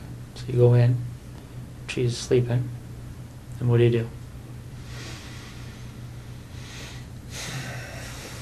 Well, I snuck up to the side of her bed, expecting to try to knock her out. She woke up, but she did as I said, so I didn't hit her. What did you say? Said, lie down on your tummy. Okay. She did. I tied her up. What'd you tie her up with? Some rope I brought. So she's on her stomach. How are you tying her up? Just tying her hands behind her back. Okay. She got clothes on at that point? Mm-hmm. What kind of clothes? Sweats. All right. You tie her hands behind her back, and then what happens? I took her clothes off.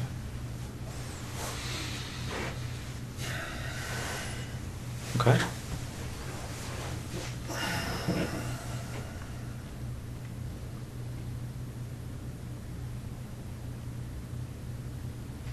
And then what happened? I raped her. A rape can mean a lot of different things. What kind of sexual act took place? Just, vaginal and oral. Okay. Oral. Who was performing the oral sex?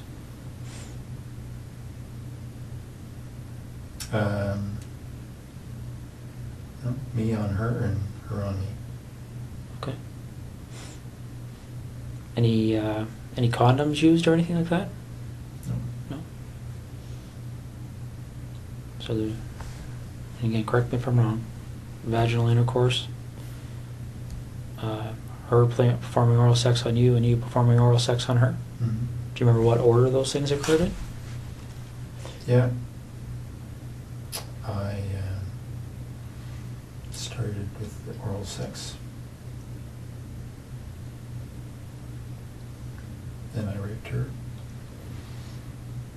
And then later on I made her perform oral sex on me. Okay. Any kind of conversation happening when this is going on? Yeah, a little bit. What was being said? Well, I threatened her before she before I had her perform oral sex. What did you say? Well, I put a zip tie around her neck. I said that I would pull it if I didn't like what she would do. Okay. So she did what you told her to do? Mm-hmm.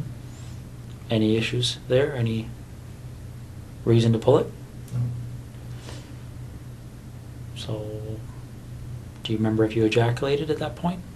Or at any point? Not at that point, but later on. Okay. So, the oral sex finishes, and then what happens next?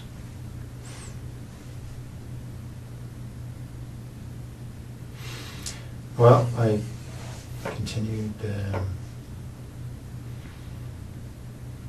rape her, and I had her put on some of her underwear. Took some pictures, lots of pictures. And then got her dressed, walked back to the truck. Okay. At what point did you decide that she was going to leave with you?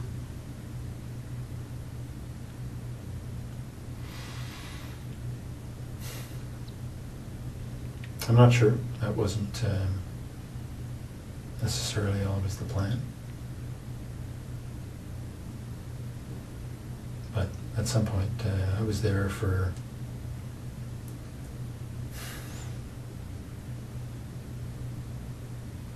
three hours, 3 and a bit.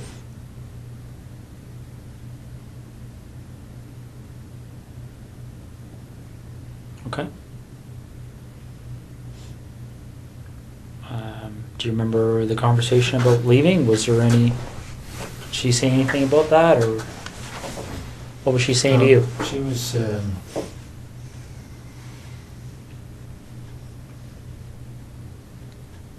certainly cooperative. Okay.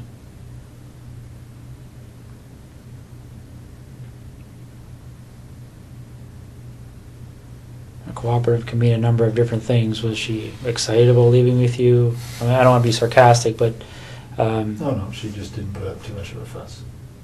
did she try and negotiate with you at all, or No. what did she say?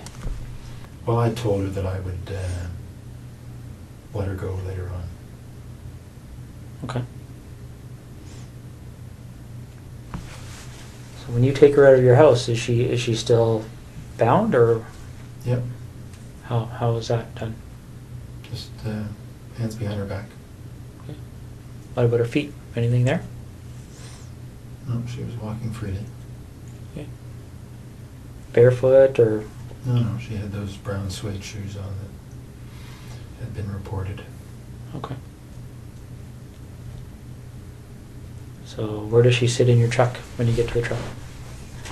Front seat, passenger side. Okay. And where do you go? Straight to Tweed. Straight to your house in Tweed, or straight Yeah. to just the town? Straight to the house. No stops anywhere? No. Okay. What time, do you remember what time you arrived there?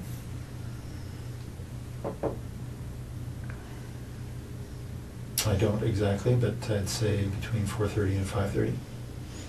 Okay. All right. When you were first there before she came home, do you remember? Did anybody come to the door at all when you were in the house? Okay. No, I think somebody had come home. Somebody had come to the house just before she did, because I thought it was her, but then they left. I was outside at the time. Did you see who that person was, or what kind of vehicle they were in, or anything? No. Saw the lights. I assumed it was her, and then all of a sudden they left. So I don't know what happened. Okay. Where were you when that first vehicle pulled up? In the back here. Okay. So you didn't have a view of the vehicle, you could just tell that there was a vehicle there, is that fair? Okay. So you get home, what, 4:35 you say? Hmm. Okay. And then what happens?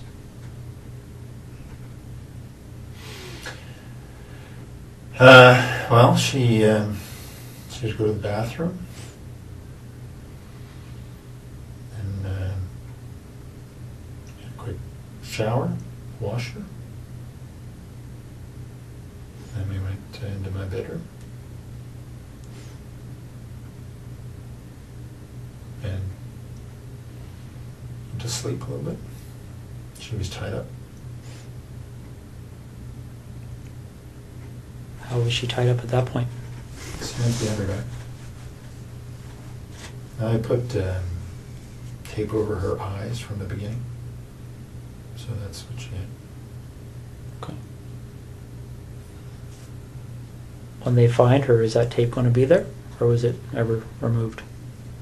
No, I removed it. Okay. What kind of tape? Duct tape. All right. The duct tape that you used, where's that roll? It's all gone.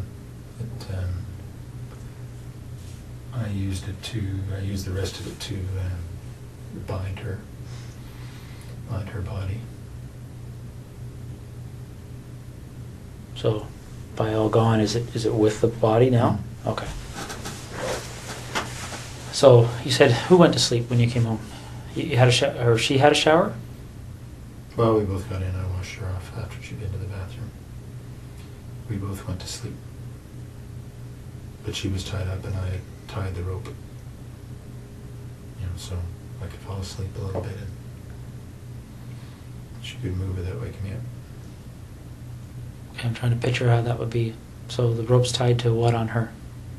Just tied her hands behind her back. Okay. And then the rope just wrapped around me a couple of times, so there was no slack. okay. Do you remember how long you slept for?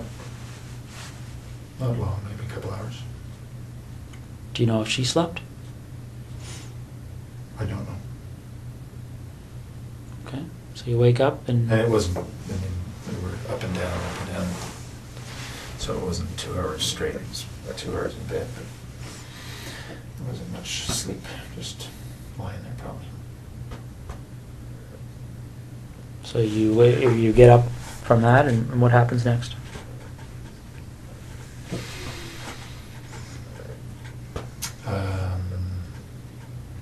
She had a seizure, actually.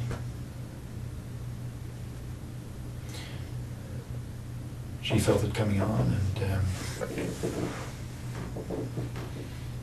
because she'd had some before. Lasted quite a while. Got her dressed, into the family room, and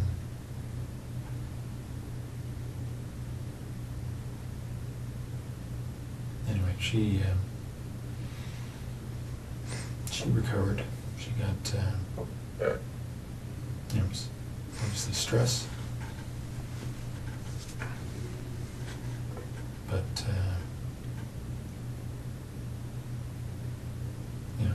probably went on for about 15 minutes. Sort of it.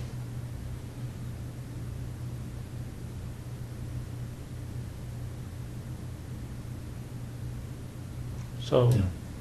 how do you know she had them before? She told me. Did she tell you why she gets them?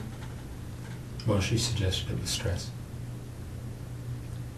Yeah, so she felt herself start to tense up and said she thought she was going to have a seizure.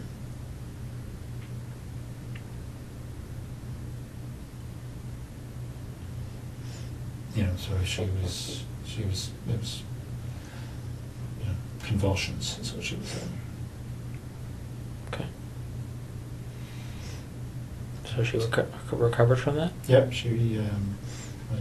stayed with her and talked her through it and made sure she didn't bite her tongue. Okay. And then what happened? Well, then we had a little lie down right there because she was obviously exhausted. Put a cover over her, and she went to sleep.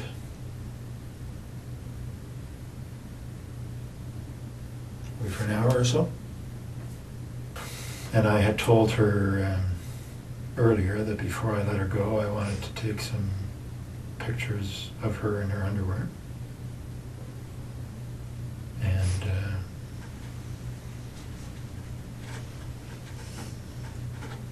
have sex with her.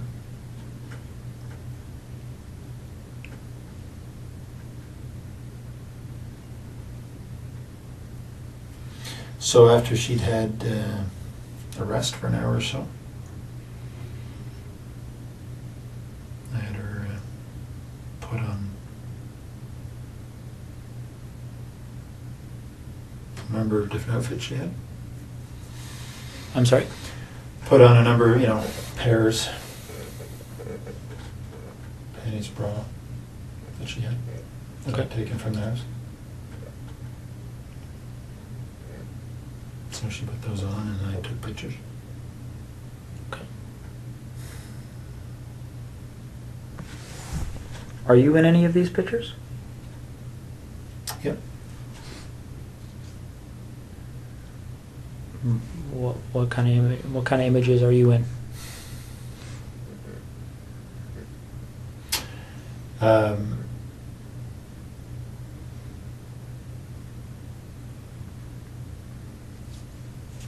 Well, I'm with her. There's on the hard drives. You'll see there's video as well. So there's video of the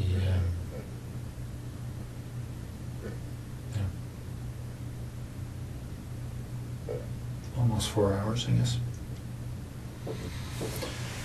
Of what?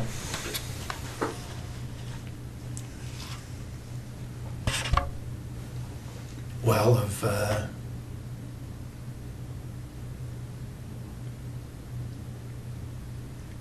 initially at her place of me raping her, and then so I was running the video and then taking still pictures. So the video pretty much covers everything. Did you use video at other places? At Marie France's as well. Okay. And is that video on the hard drives? Yep.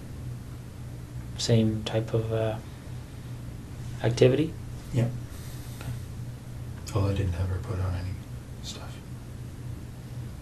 Okay. So Jessica poses for these pictures, and there's videos, and then what happens?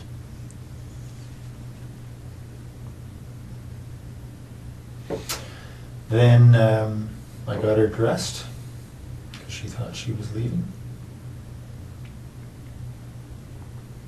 Got a bite to eat. Fruit. And then as we were walking out, I struck her on the back of the head. Okay. When did you decide to do that?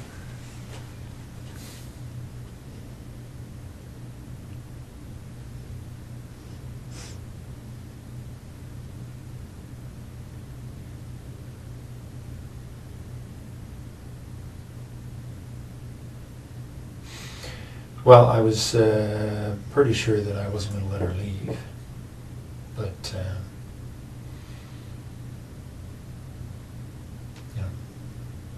the idea of striking her on the head was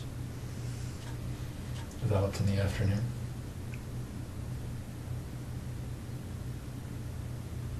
And what was that strike supposed to accomplish in your mind? What was the intent of doing that? Well, I thought I would be able to knock her out, and then I was going to strangle her. Okay. So when you actually do strike her, what's the result? Her skull gave way a little bit. Felt like, and there was a lot of blood, so I think that's what happened. She was immediately unconscious.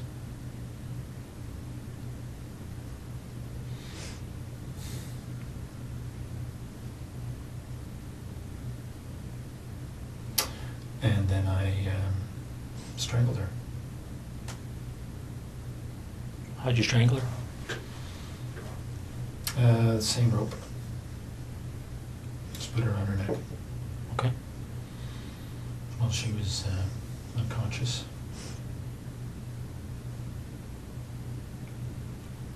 Now, what happened to the zip tie that was around her neck earlier?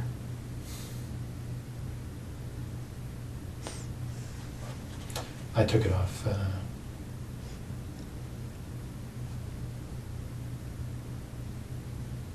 Around then, I guess.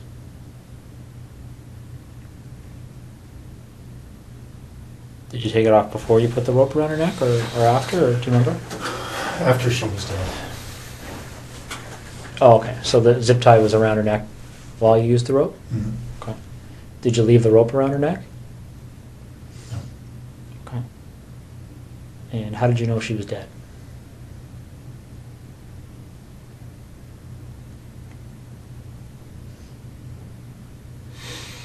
She,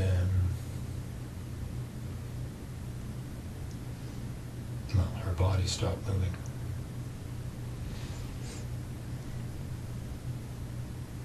Okay. So what did you do after that? I bound her up to there's her fetal position.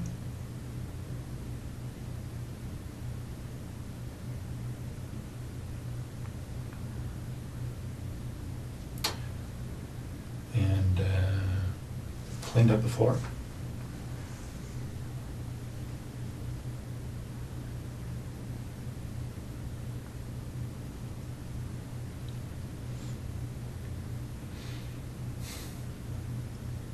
No, you say you bound her up. Are you referring to the duct tape that you talked about earlier? Yeah.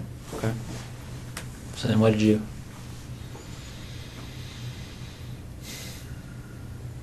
I put her in the garage. It was very cold.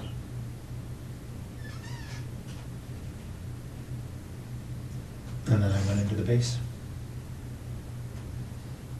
Okay.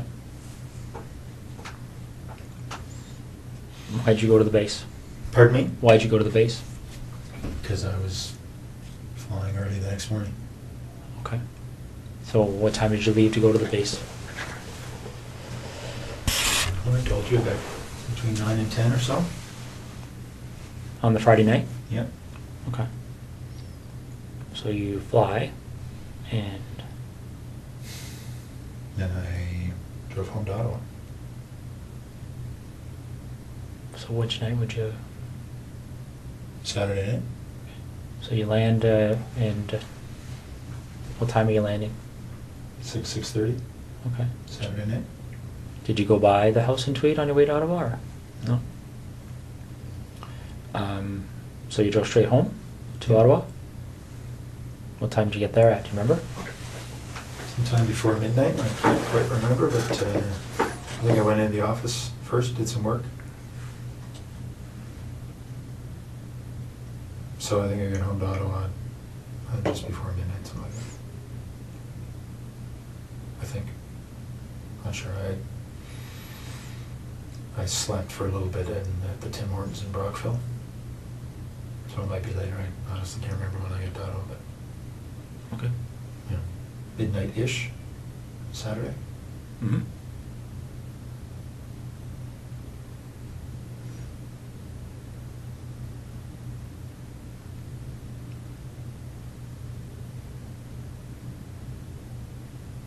So you get home, you're in Ottawa, what do? Go to bed or Yeah. stay up? Okay. So then what do you do the next day? Well, my wife and I did some stuff. I can't remember what was going on that day. You know, putting together the new house. And I headed back to Tweed that night. Mm-hmm. Is that right? Sorry. No, I didn't. I had Monday off. That's right. I had Monday off, and then I was visiting one of the units in Ottawa on Tuesday. So I didn't head back to Tweed till Tuesday night. Okay.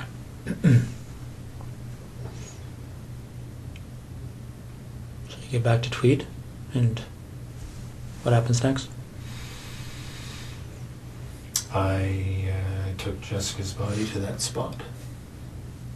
Okay. That happened on Tuesday night? Just this past Tuesday, obviously. Yeah. Okay. Do you remember what time that was? It was pretty late. It was midnight-ish.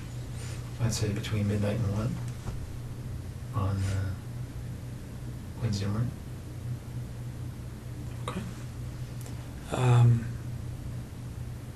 What made you decide to measure that distance, that 0.7 kilometers? That's just the way I am. Numbers. I have to know the numbers.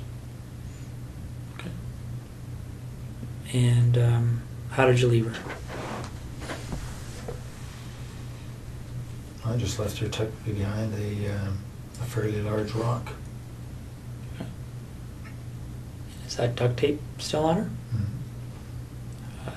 And what else is on her?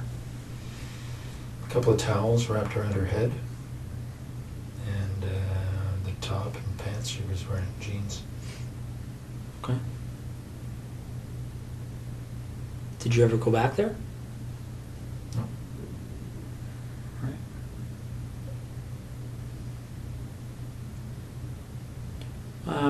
What other type of cleaning and things like that did you do? Anything else to kind of cover your tracks that you can think of?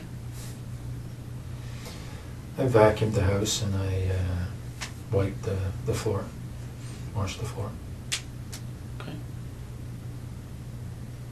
What about your truck? Did you do anything with that? Just washed today because it was a mess, and vacuum. Okay.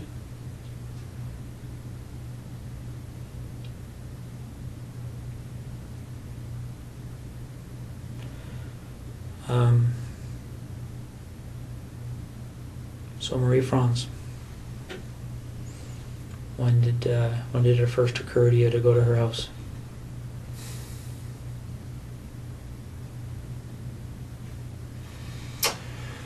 Well, probably in October. October, November, not quite sure, but somewhere in that time frame.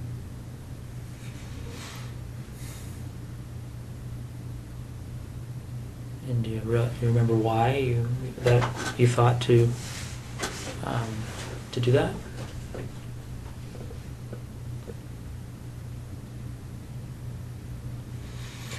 Well, she had said she lived alone when the one time I met her. Mm-hmm.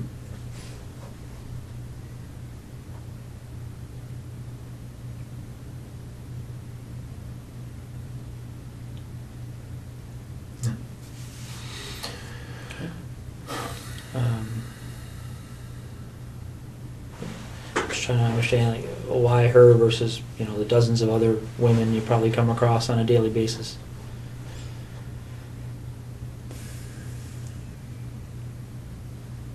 I don't know.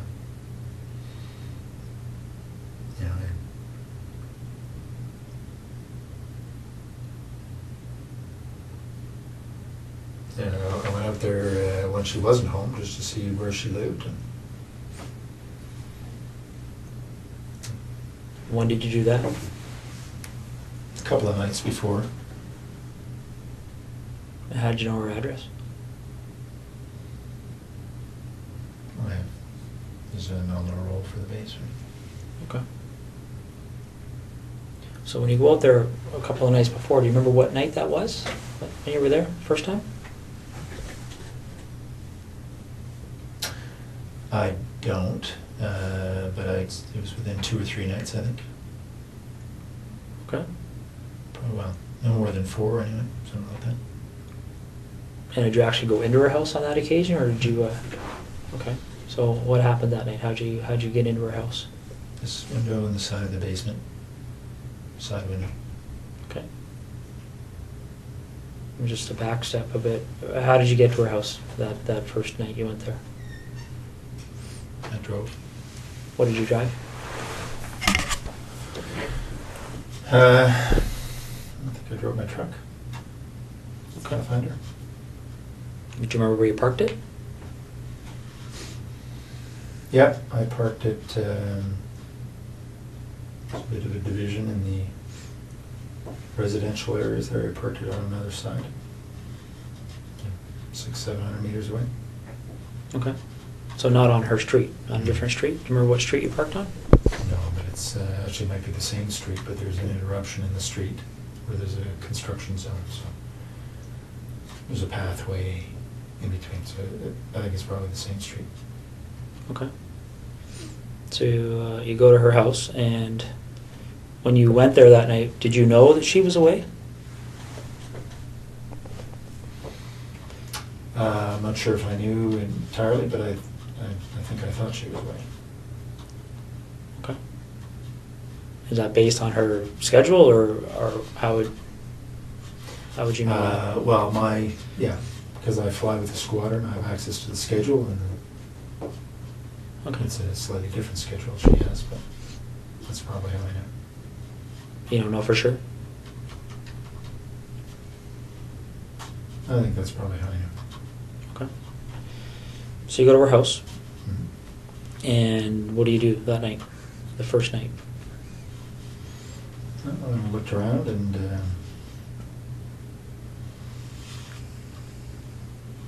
make sure that she was living there alone.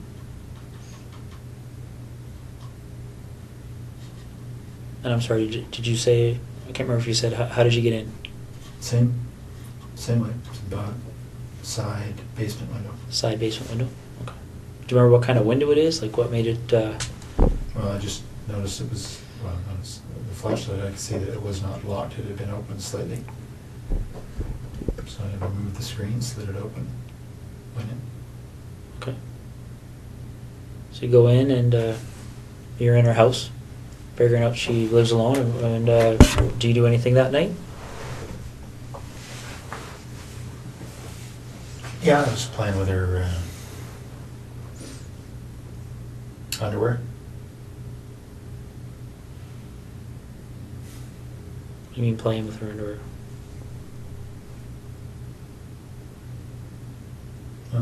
Wearing it. Okay. Doing anything else?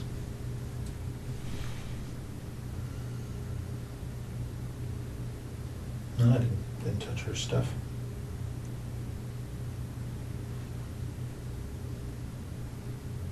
What do you mean you didn't touch her stuff? I mean, you touched her underwear, but... Yeah. So- But nothing else. Okay. Did you take any of the underwear with you that night? Yeah, a few pieces. And where did you find the underwear when you went in? In her drawer. Was it clean? Was it used? Or, Clean.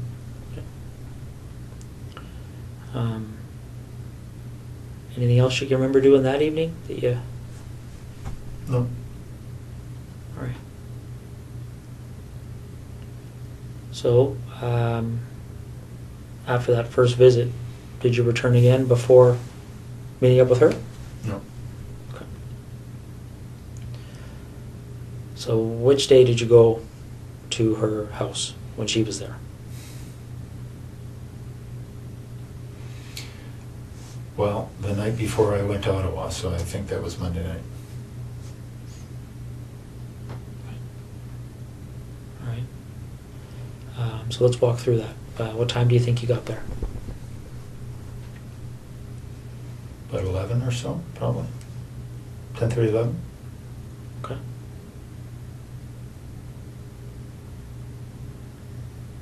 Yep, so she was on the phone in her room. I could hear that from the backyard. I got in through the side window. The same basement window? Mm-hmm. How could you hear from the backyard? What was... Just hear her on the phone. From beside the house. hear through the walls that she was on the phone. Okay. Any idea who she was talking to or what she was talking about? No, couldn't hear that well. Okay. So you go in through the basement window. And what are you wearing when this is happening? A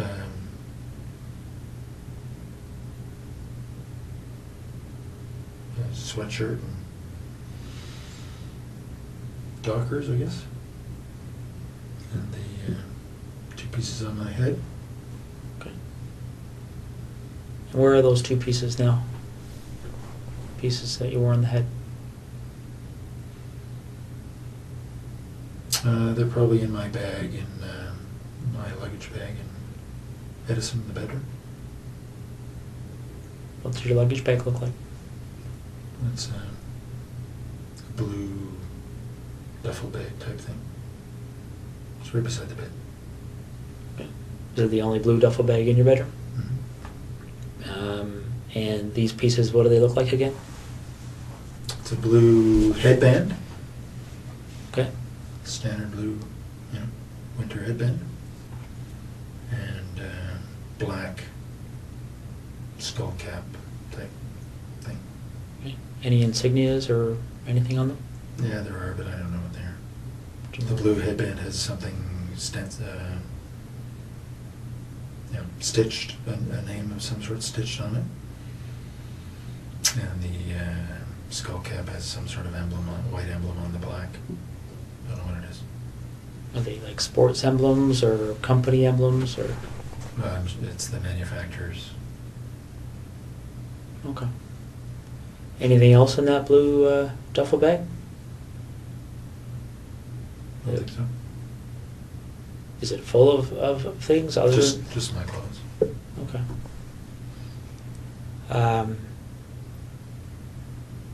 So you go in, do you remember what you had on your feet?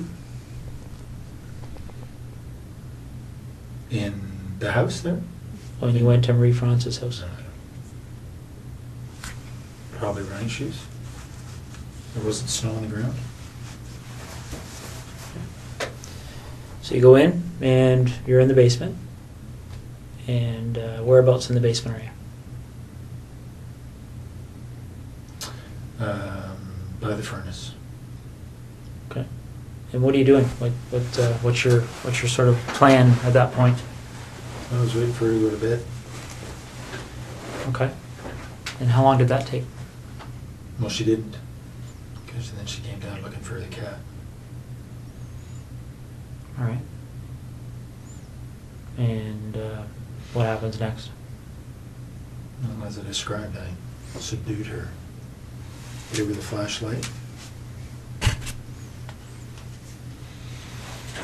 But essentially, wrestled her to the ground and tied her up.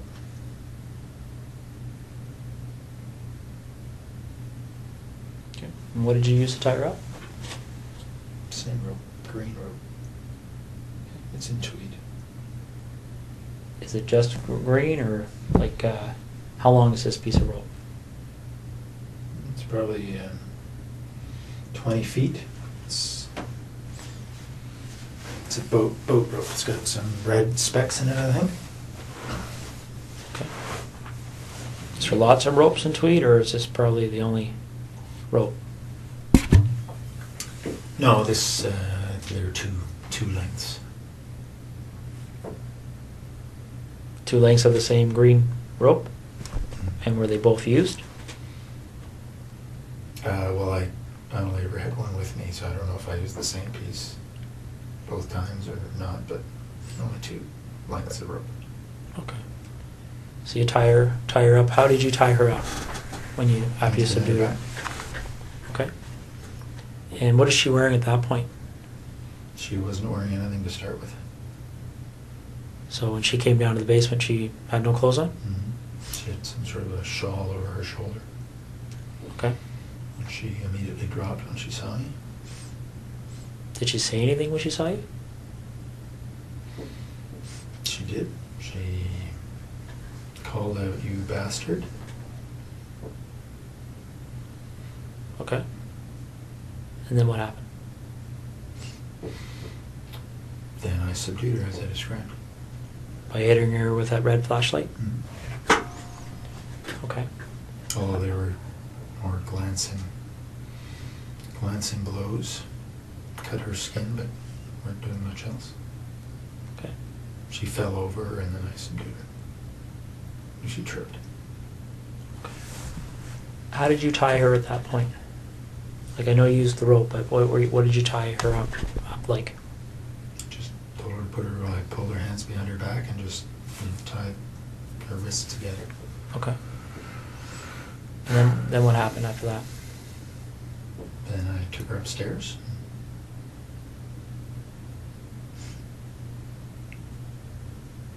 Did she go upstairs under her own power, or did you carry her? No, she passed out on the stairs, and then I carried her up. Why do you think she passed out? I expect from the hits to her head. So you carried her up to where? To her bedroom, put her on the bed. Okay. And then what happened?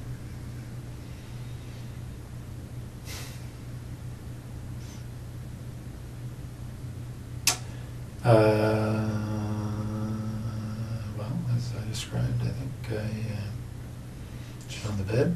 I raped her over a period of time. Okay. And again, just to be specific, what sex acts took place? Just vaginal. Your penis in her vagina? Yep. Any condom used? No. Did you ejaculate? No. Did you ejaculate at any point with her? No. Okay.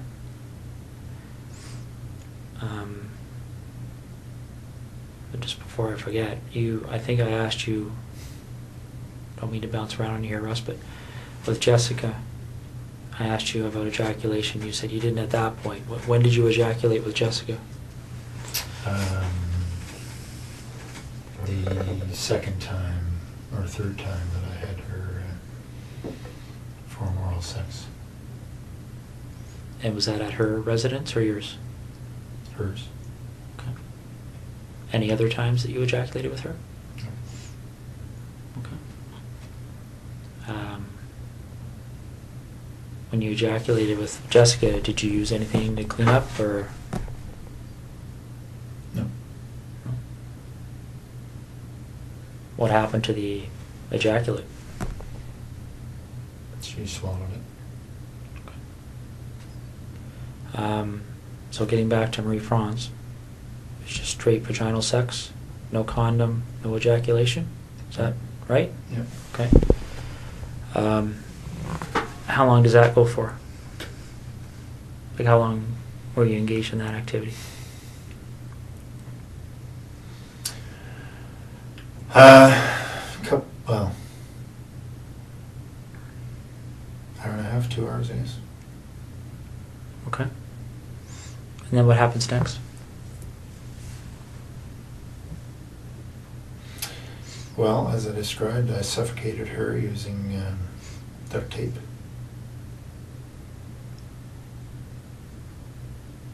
Why did you decide to do that?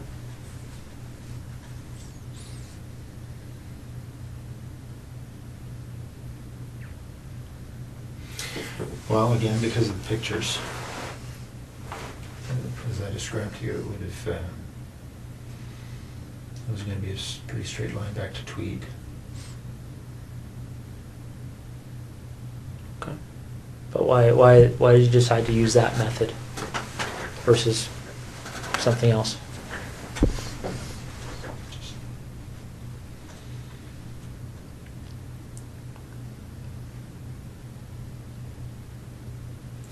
I had thought about strangling her earlier.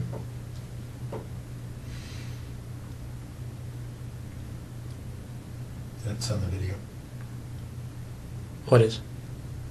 My, well,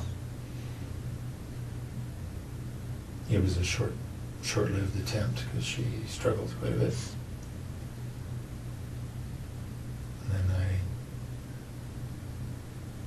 decided that I needed to suffocate her. So there was a short-lived attempt at strangling her? And what's on the video, the suffocation or the strangling? Well, just me putting my hand on her throat.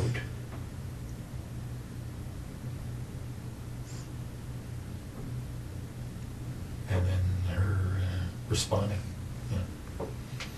No surprise, very aggressively. Okay. Any videos of the suffocation part or pictures of that? Now, you mentioned that you brought the rope with you. Where did the duct tape come from? I brought it. Okay. And what did you do with it afterwards? I think it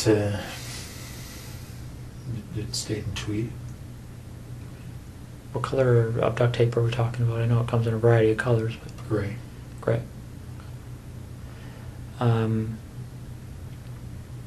So before the suffocation, obviously, how long do you think you were with her from the point, well, how long do you think you were in that house from the point you went in that window to the point you left? Probably 4 hours. Okay. So, correct me if I'm wrong, did you say you got there at 11? Or around 11? I think that's right. Okay. So, you left around 3 in the morning? Well, I was in the basement for quite a while before she came down. Right? She wasn't going to bed. So I was probably in the basement for 30, 40 minutes. Okay. So by the time she saw me, it was probably closer to midnight. All right. But I didn't have a watch on, so I'm not sure. Any gloves?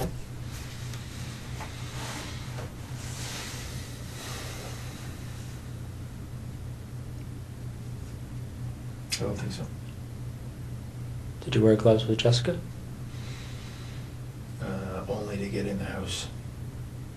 It was a very cold night. And what about the two women in tweed? No gloves. So while you're with Marie Franz, what kind of conversations are taking place? Anything she said to you stick out in your mind? No, I taped her mouth. There's no conversation. Okay. When did you tape her mouth? As soon as I got her up to the bedroom. And why did you decide to do that? Because she was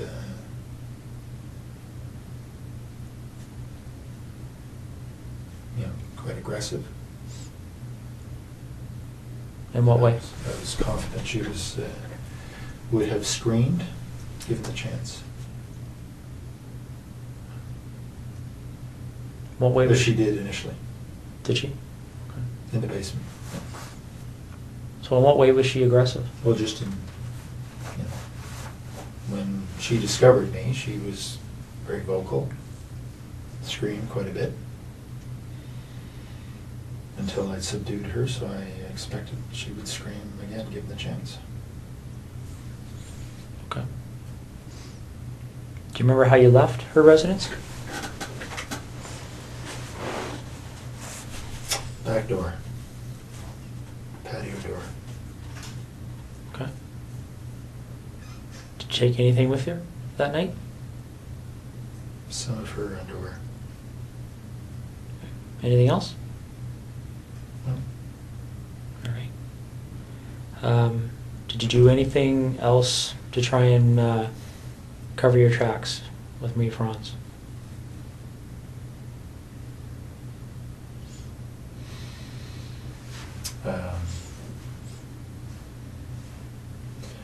Well, I had turned off my BlackBerry before I left Trenton. Other than that, no. Okay. Do you remember trying to destroy any kind of evidence there, or anything that you thought may have produced evidence or anything? I took her sheets off the bed and ran them through the laundry. Okay. Like the laundry where? In her house. Okay. Did you run them completely through? Did you wait for it to finish, or? No, I just put them in and put a whole bunch of bleach in and let it go. Okay. So the night you went to her house and got there at 11, you came from where? Like you said, you left Trenton. You Yeah. turned off your BlackBerry.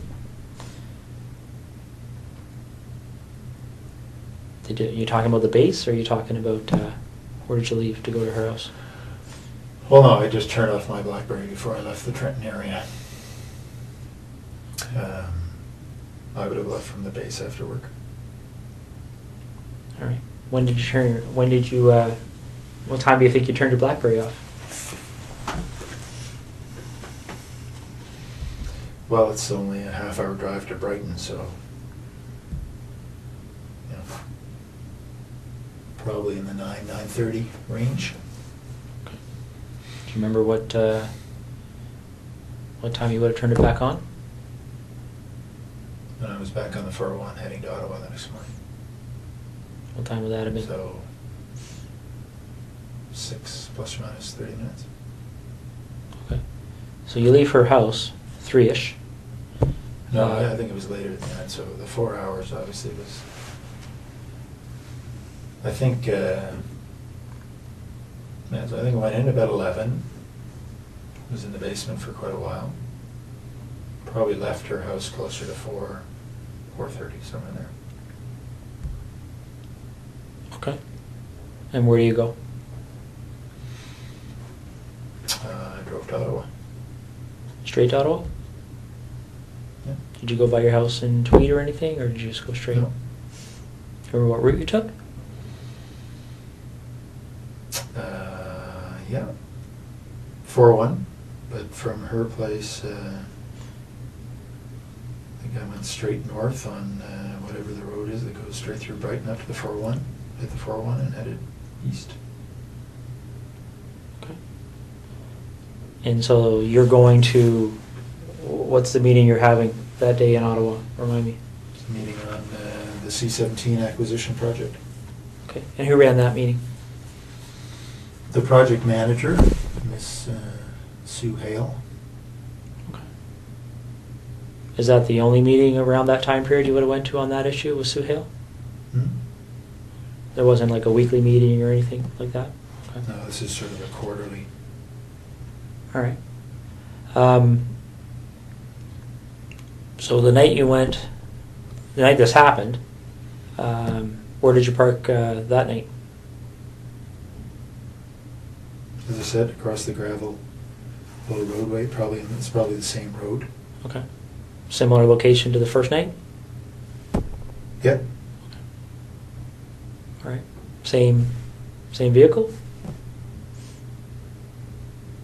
Yeah, truck. Okay. All right. Okay, let's talk about seeing as we're going backwards in time here, why don't we talk about the second incident in Tweed? With Laurie Massacati. One that's at 76 Cozy Cove.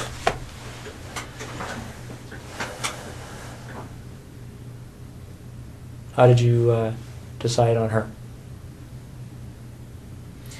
I knew she lived alone. That's it. And how did you know that? She lived 3 doors down and didn't know her, but I knew she was pretty lone. She had a boyfriend and hadn't been around. So.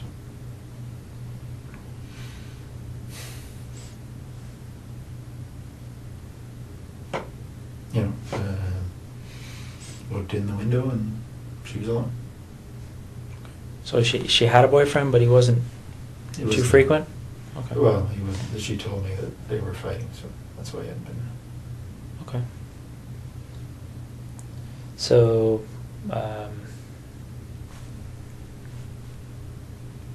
did you look in her house before the night that this this incident happened, or when did you do Yeah, that? I had been in within the week. Probably a couple of nights earlier. What did you do that night? I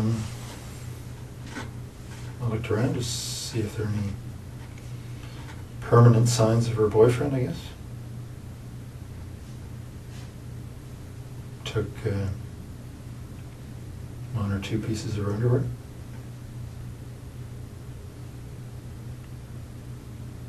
That's all. Okay. So the night you go there, when the incident happens, do you remember what time that was? It was pretty late. I probably got into the house around midnight. She was asleep on the couch. Well, I didn't know that, but I knew she was in there. And how'd you get in, sorry? Window in the back of the house. There's a little sunroom. Was it just something you had to slide, or how did you I had get to that? remove the screen and slide it up. Okay. So I got into the house and she was asleep in front of the TV.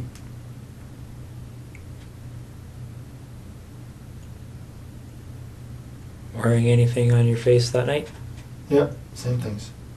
Okay. The headband and the cap? Okay. What kind of clothes did you have on? Just dark sweatshirt or pants. Right. So she's asleep on the couch, you're in there, and then what happens? We have been through this, eh?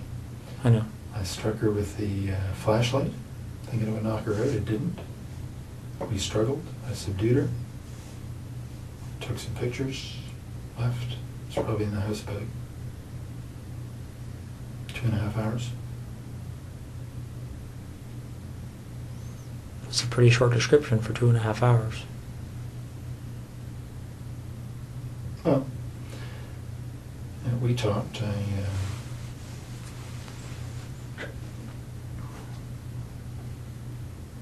told her I wasn't going to hurt her.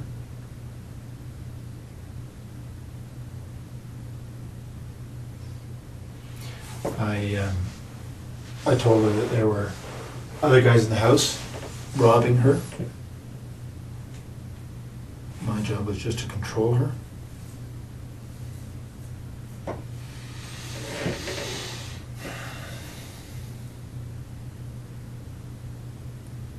What did she say to that? She was scared. Worried she was going to be seriously hurt. Did she say that, or did you just assume that? No, she said that. She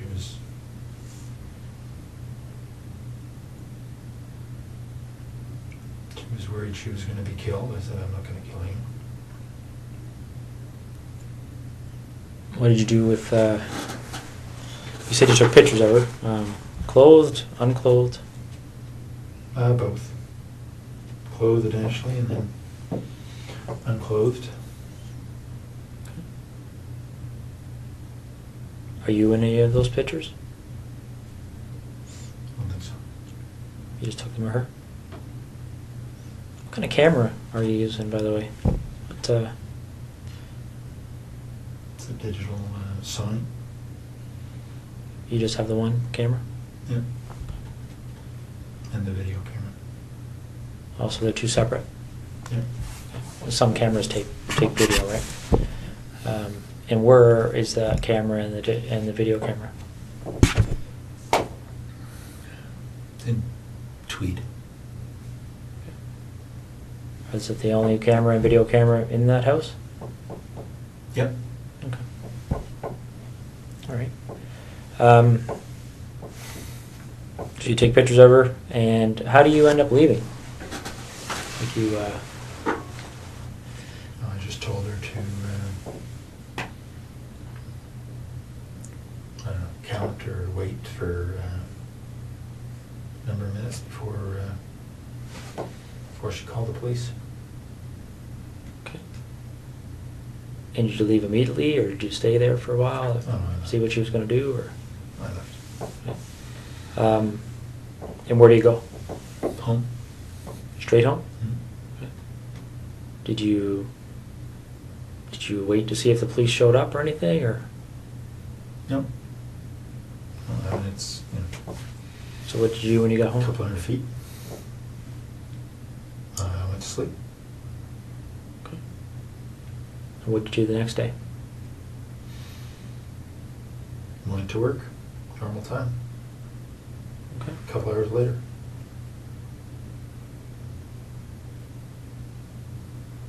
All right.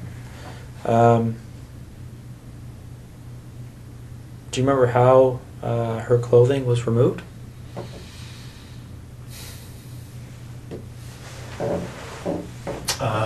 Well, because her hands were tied behind her back, I think I cut off her top and then pulled off her bottom. What did you use to cut her top?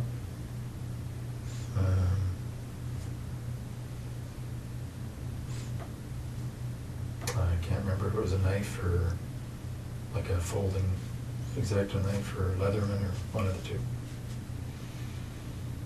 Are these items that are in your house in Tweed? Yep. Okay.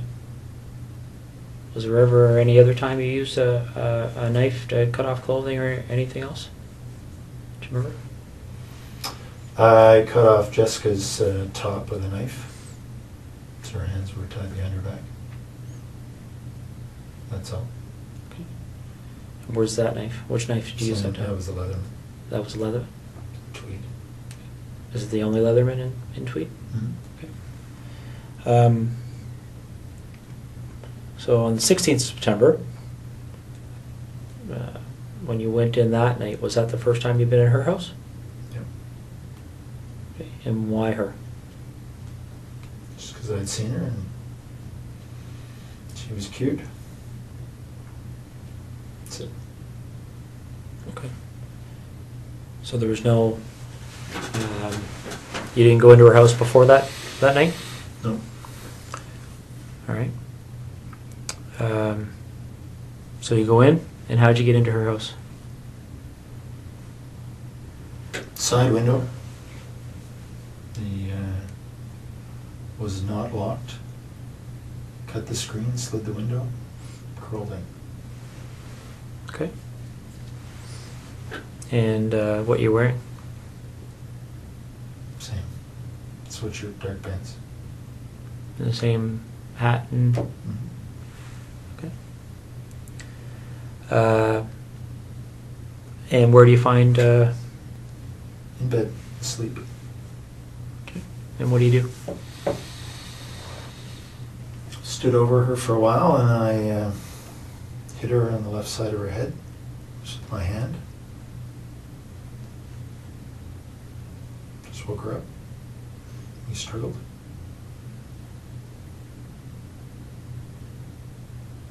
You know, just lay on her.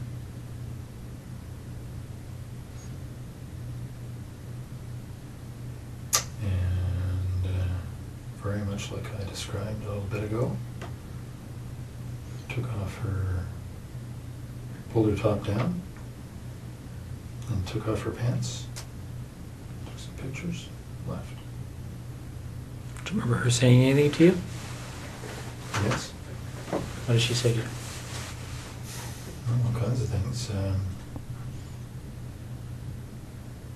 know, she had a young baby just next door, the other room, 8 months or so.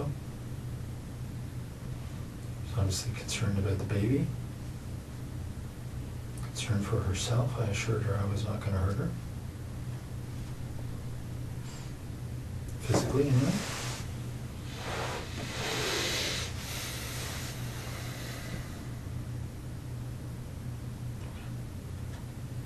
Okay. Any underwear taken from or Lori? Yep, both. And where would they be located? In Tweed.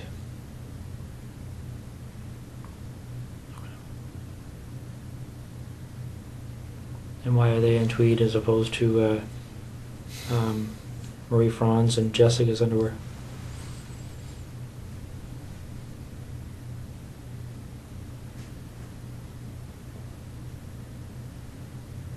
I don't know. Do you remember how much of their underwear you took?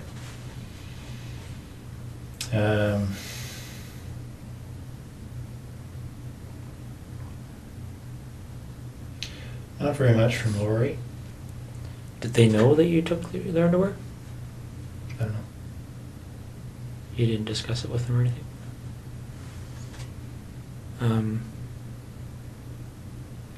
So where in Tweed would their underwear be?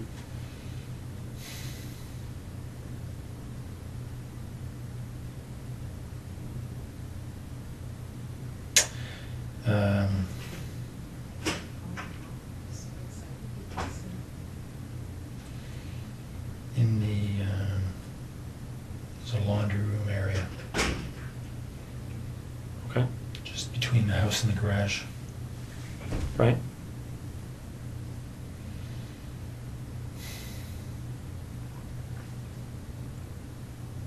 So where in that laundry room area would they be kept? There's a cupboard up top. They're in a duffel bag. What's the duffel bag look like? It's a green army duffel bag. Okay. Are they all in the same duffel bag? Is there anything else in that duffel bag? Just underwear. Okay.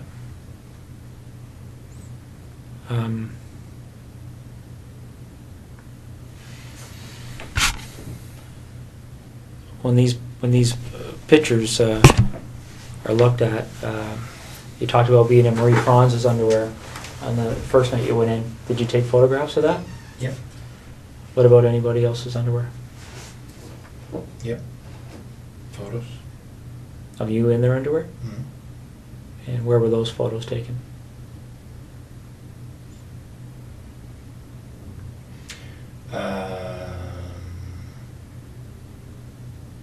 Well, sometimes in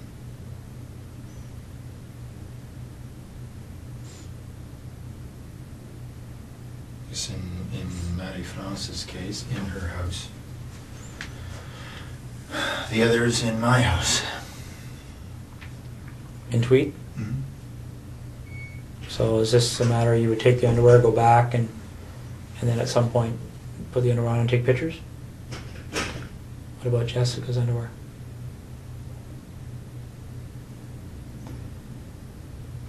She's only her. Right? So you don't have pictures of you and her underwear? No. All right.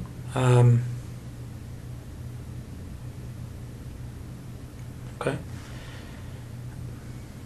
Well, I guess I just have a couple of questions for you. I mean, I'm sure there's going to be more questions, but I guess what's on my mind right now, Russ, is what made you decide to tell me this tonight?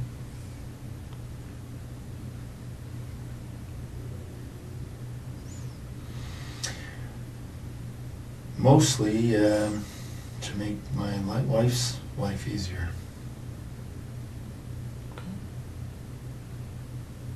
Is what you've told me tonight the truth? Yeah. Okay.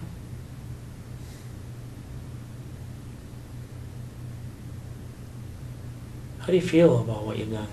Like what?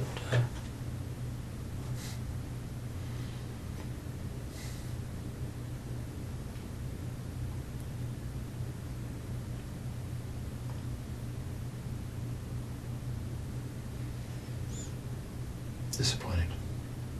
Okay. Let me ask you this: if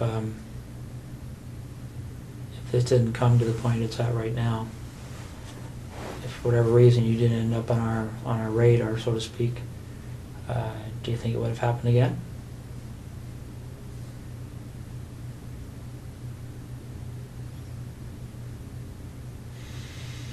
I was hoping not, but I can't answer the question.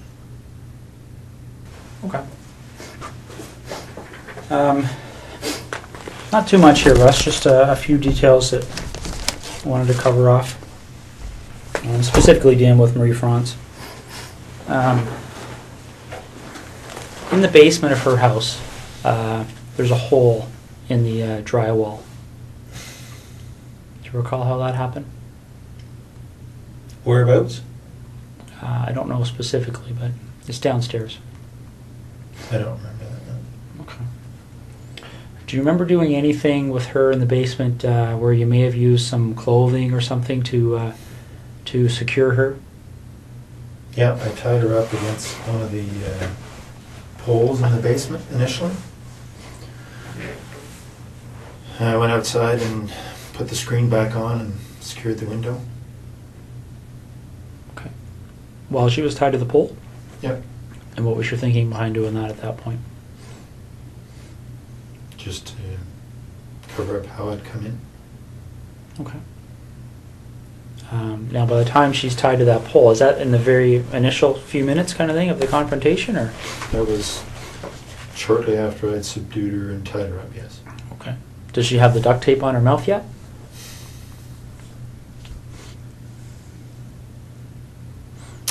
I think probably. Okay. The pictures will show it. All right.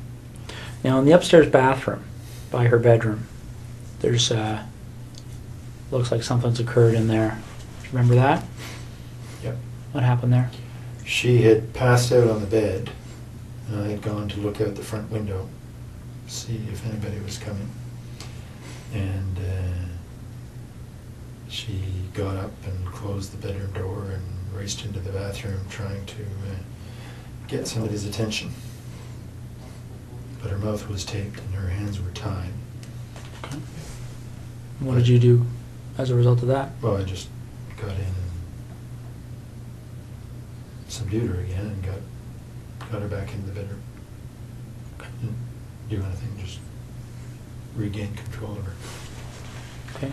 If I remember correctly, there's a bit of blood in there. Do you know where that blood would have, how that would have occurred? All the blood was from the initial hits as I was trying to subdue her.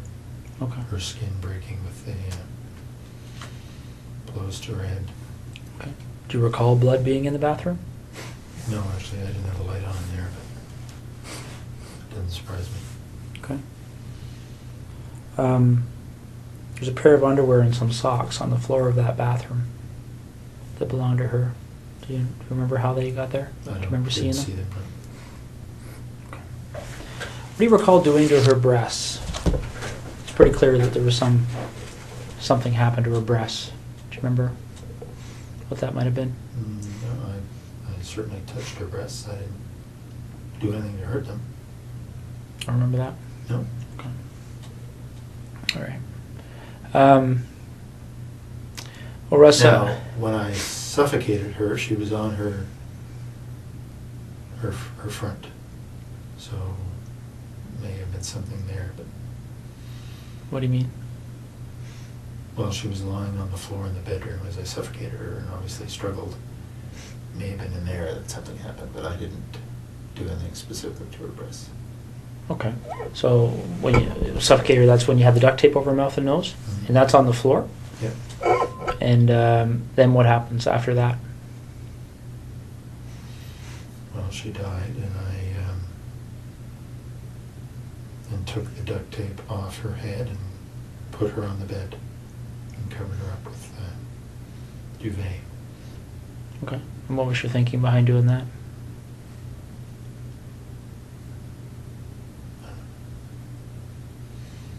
Nothing really. Okay. As you might expect here, Russ, certainly even now, one of the Ottawa investigators mentioned to me that there's a number of incidents that have gone unsolved over the years. Can I was going to get into that. Can I go to the washroom quickly? Yeah, I can get somebody to take you to the washroom. Okay.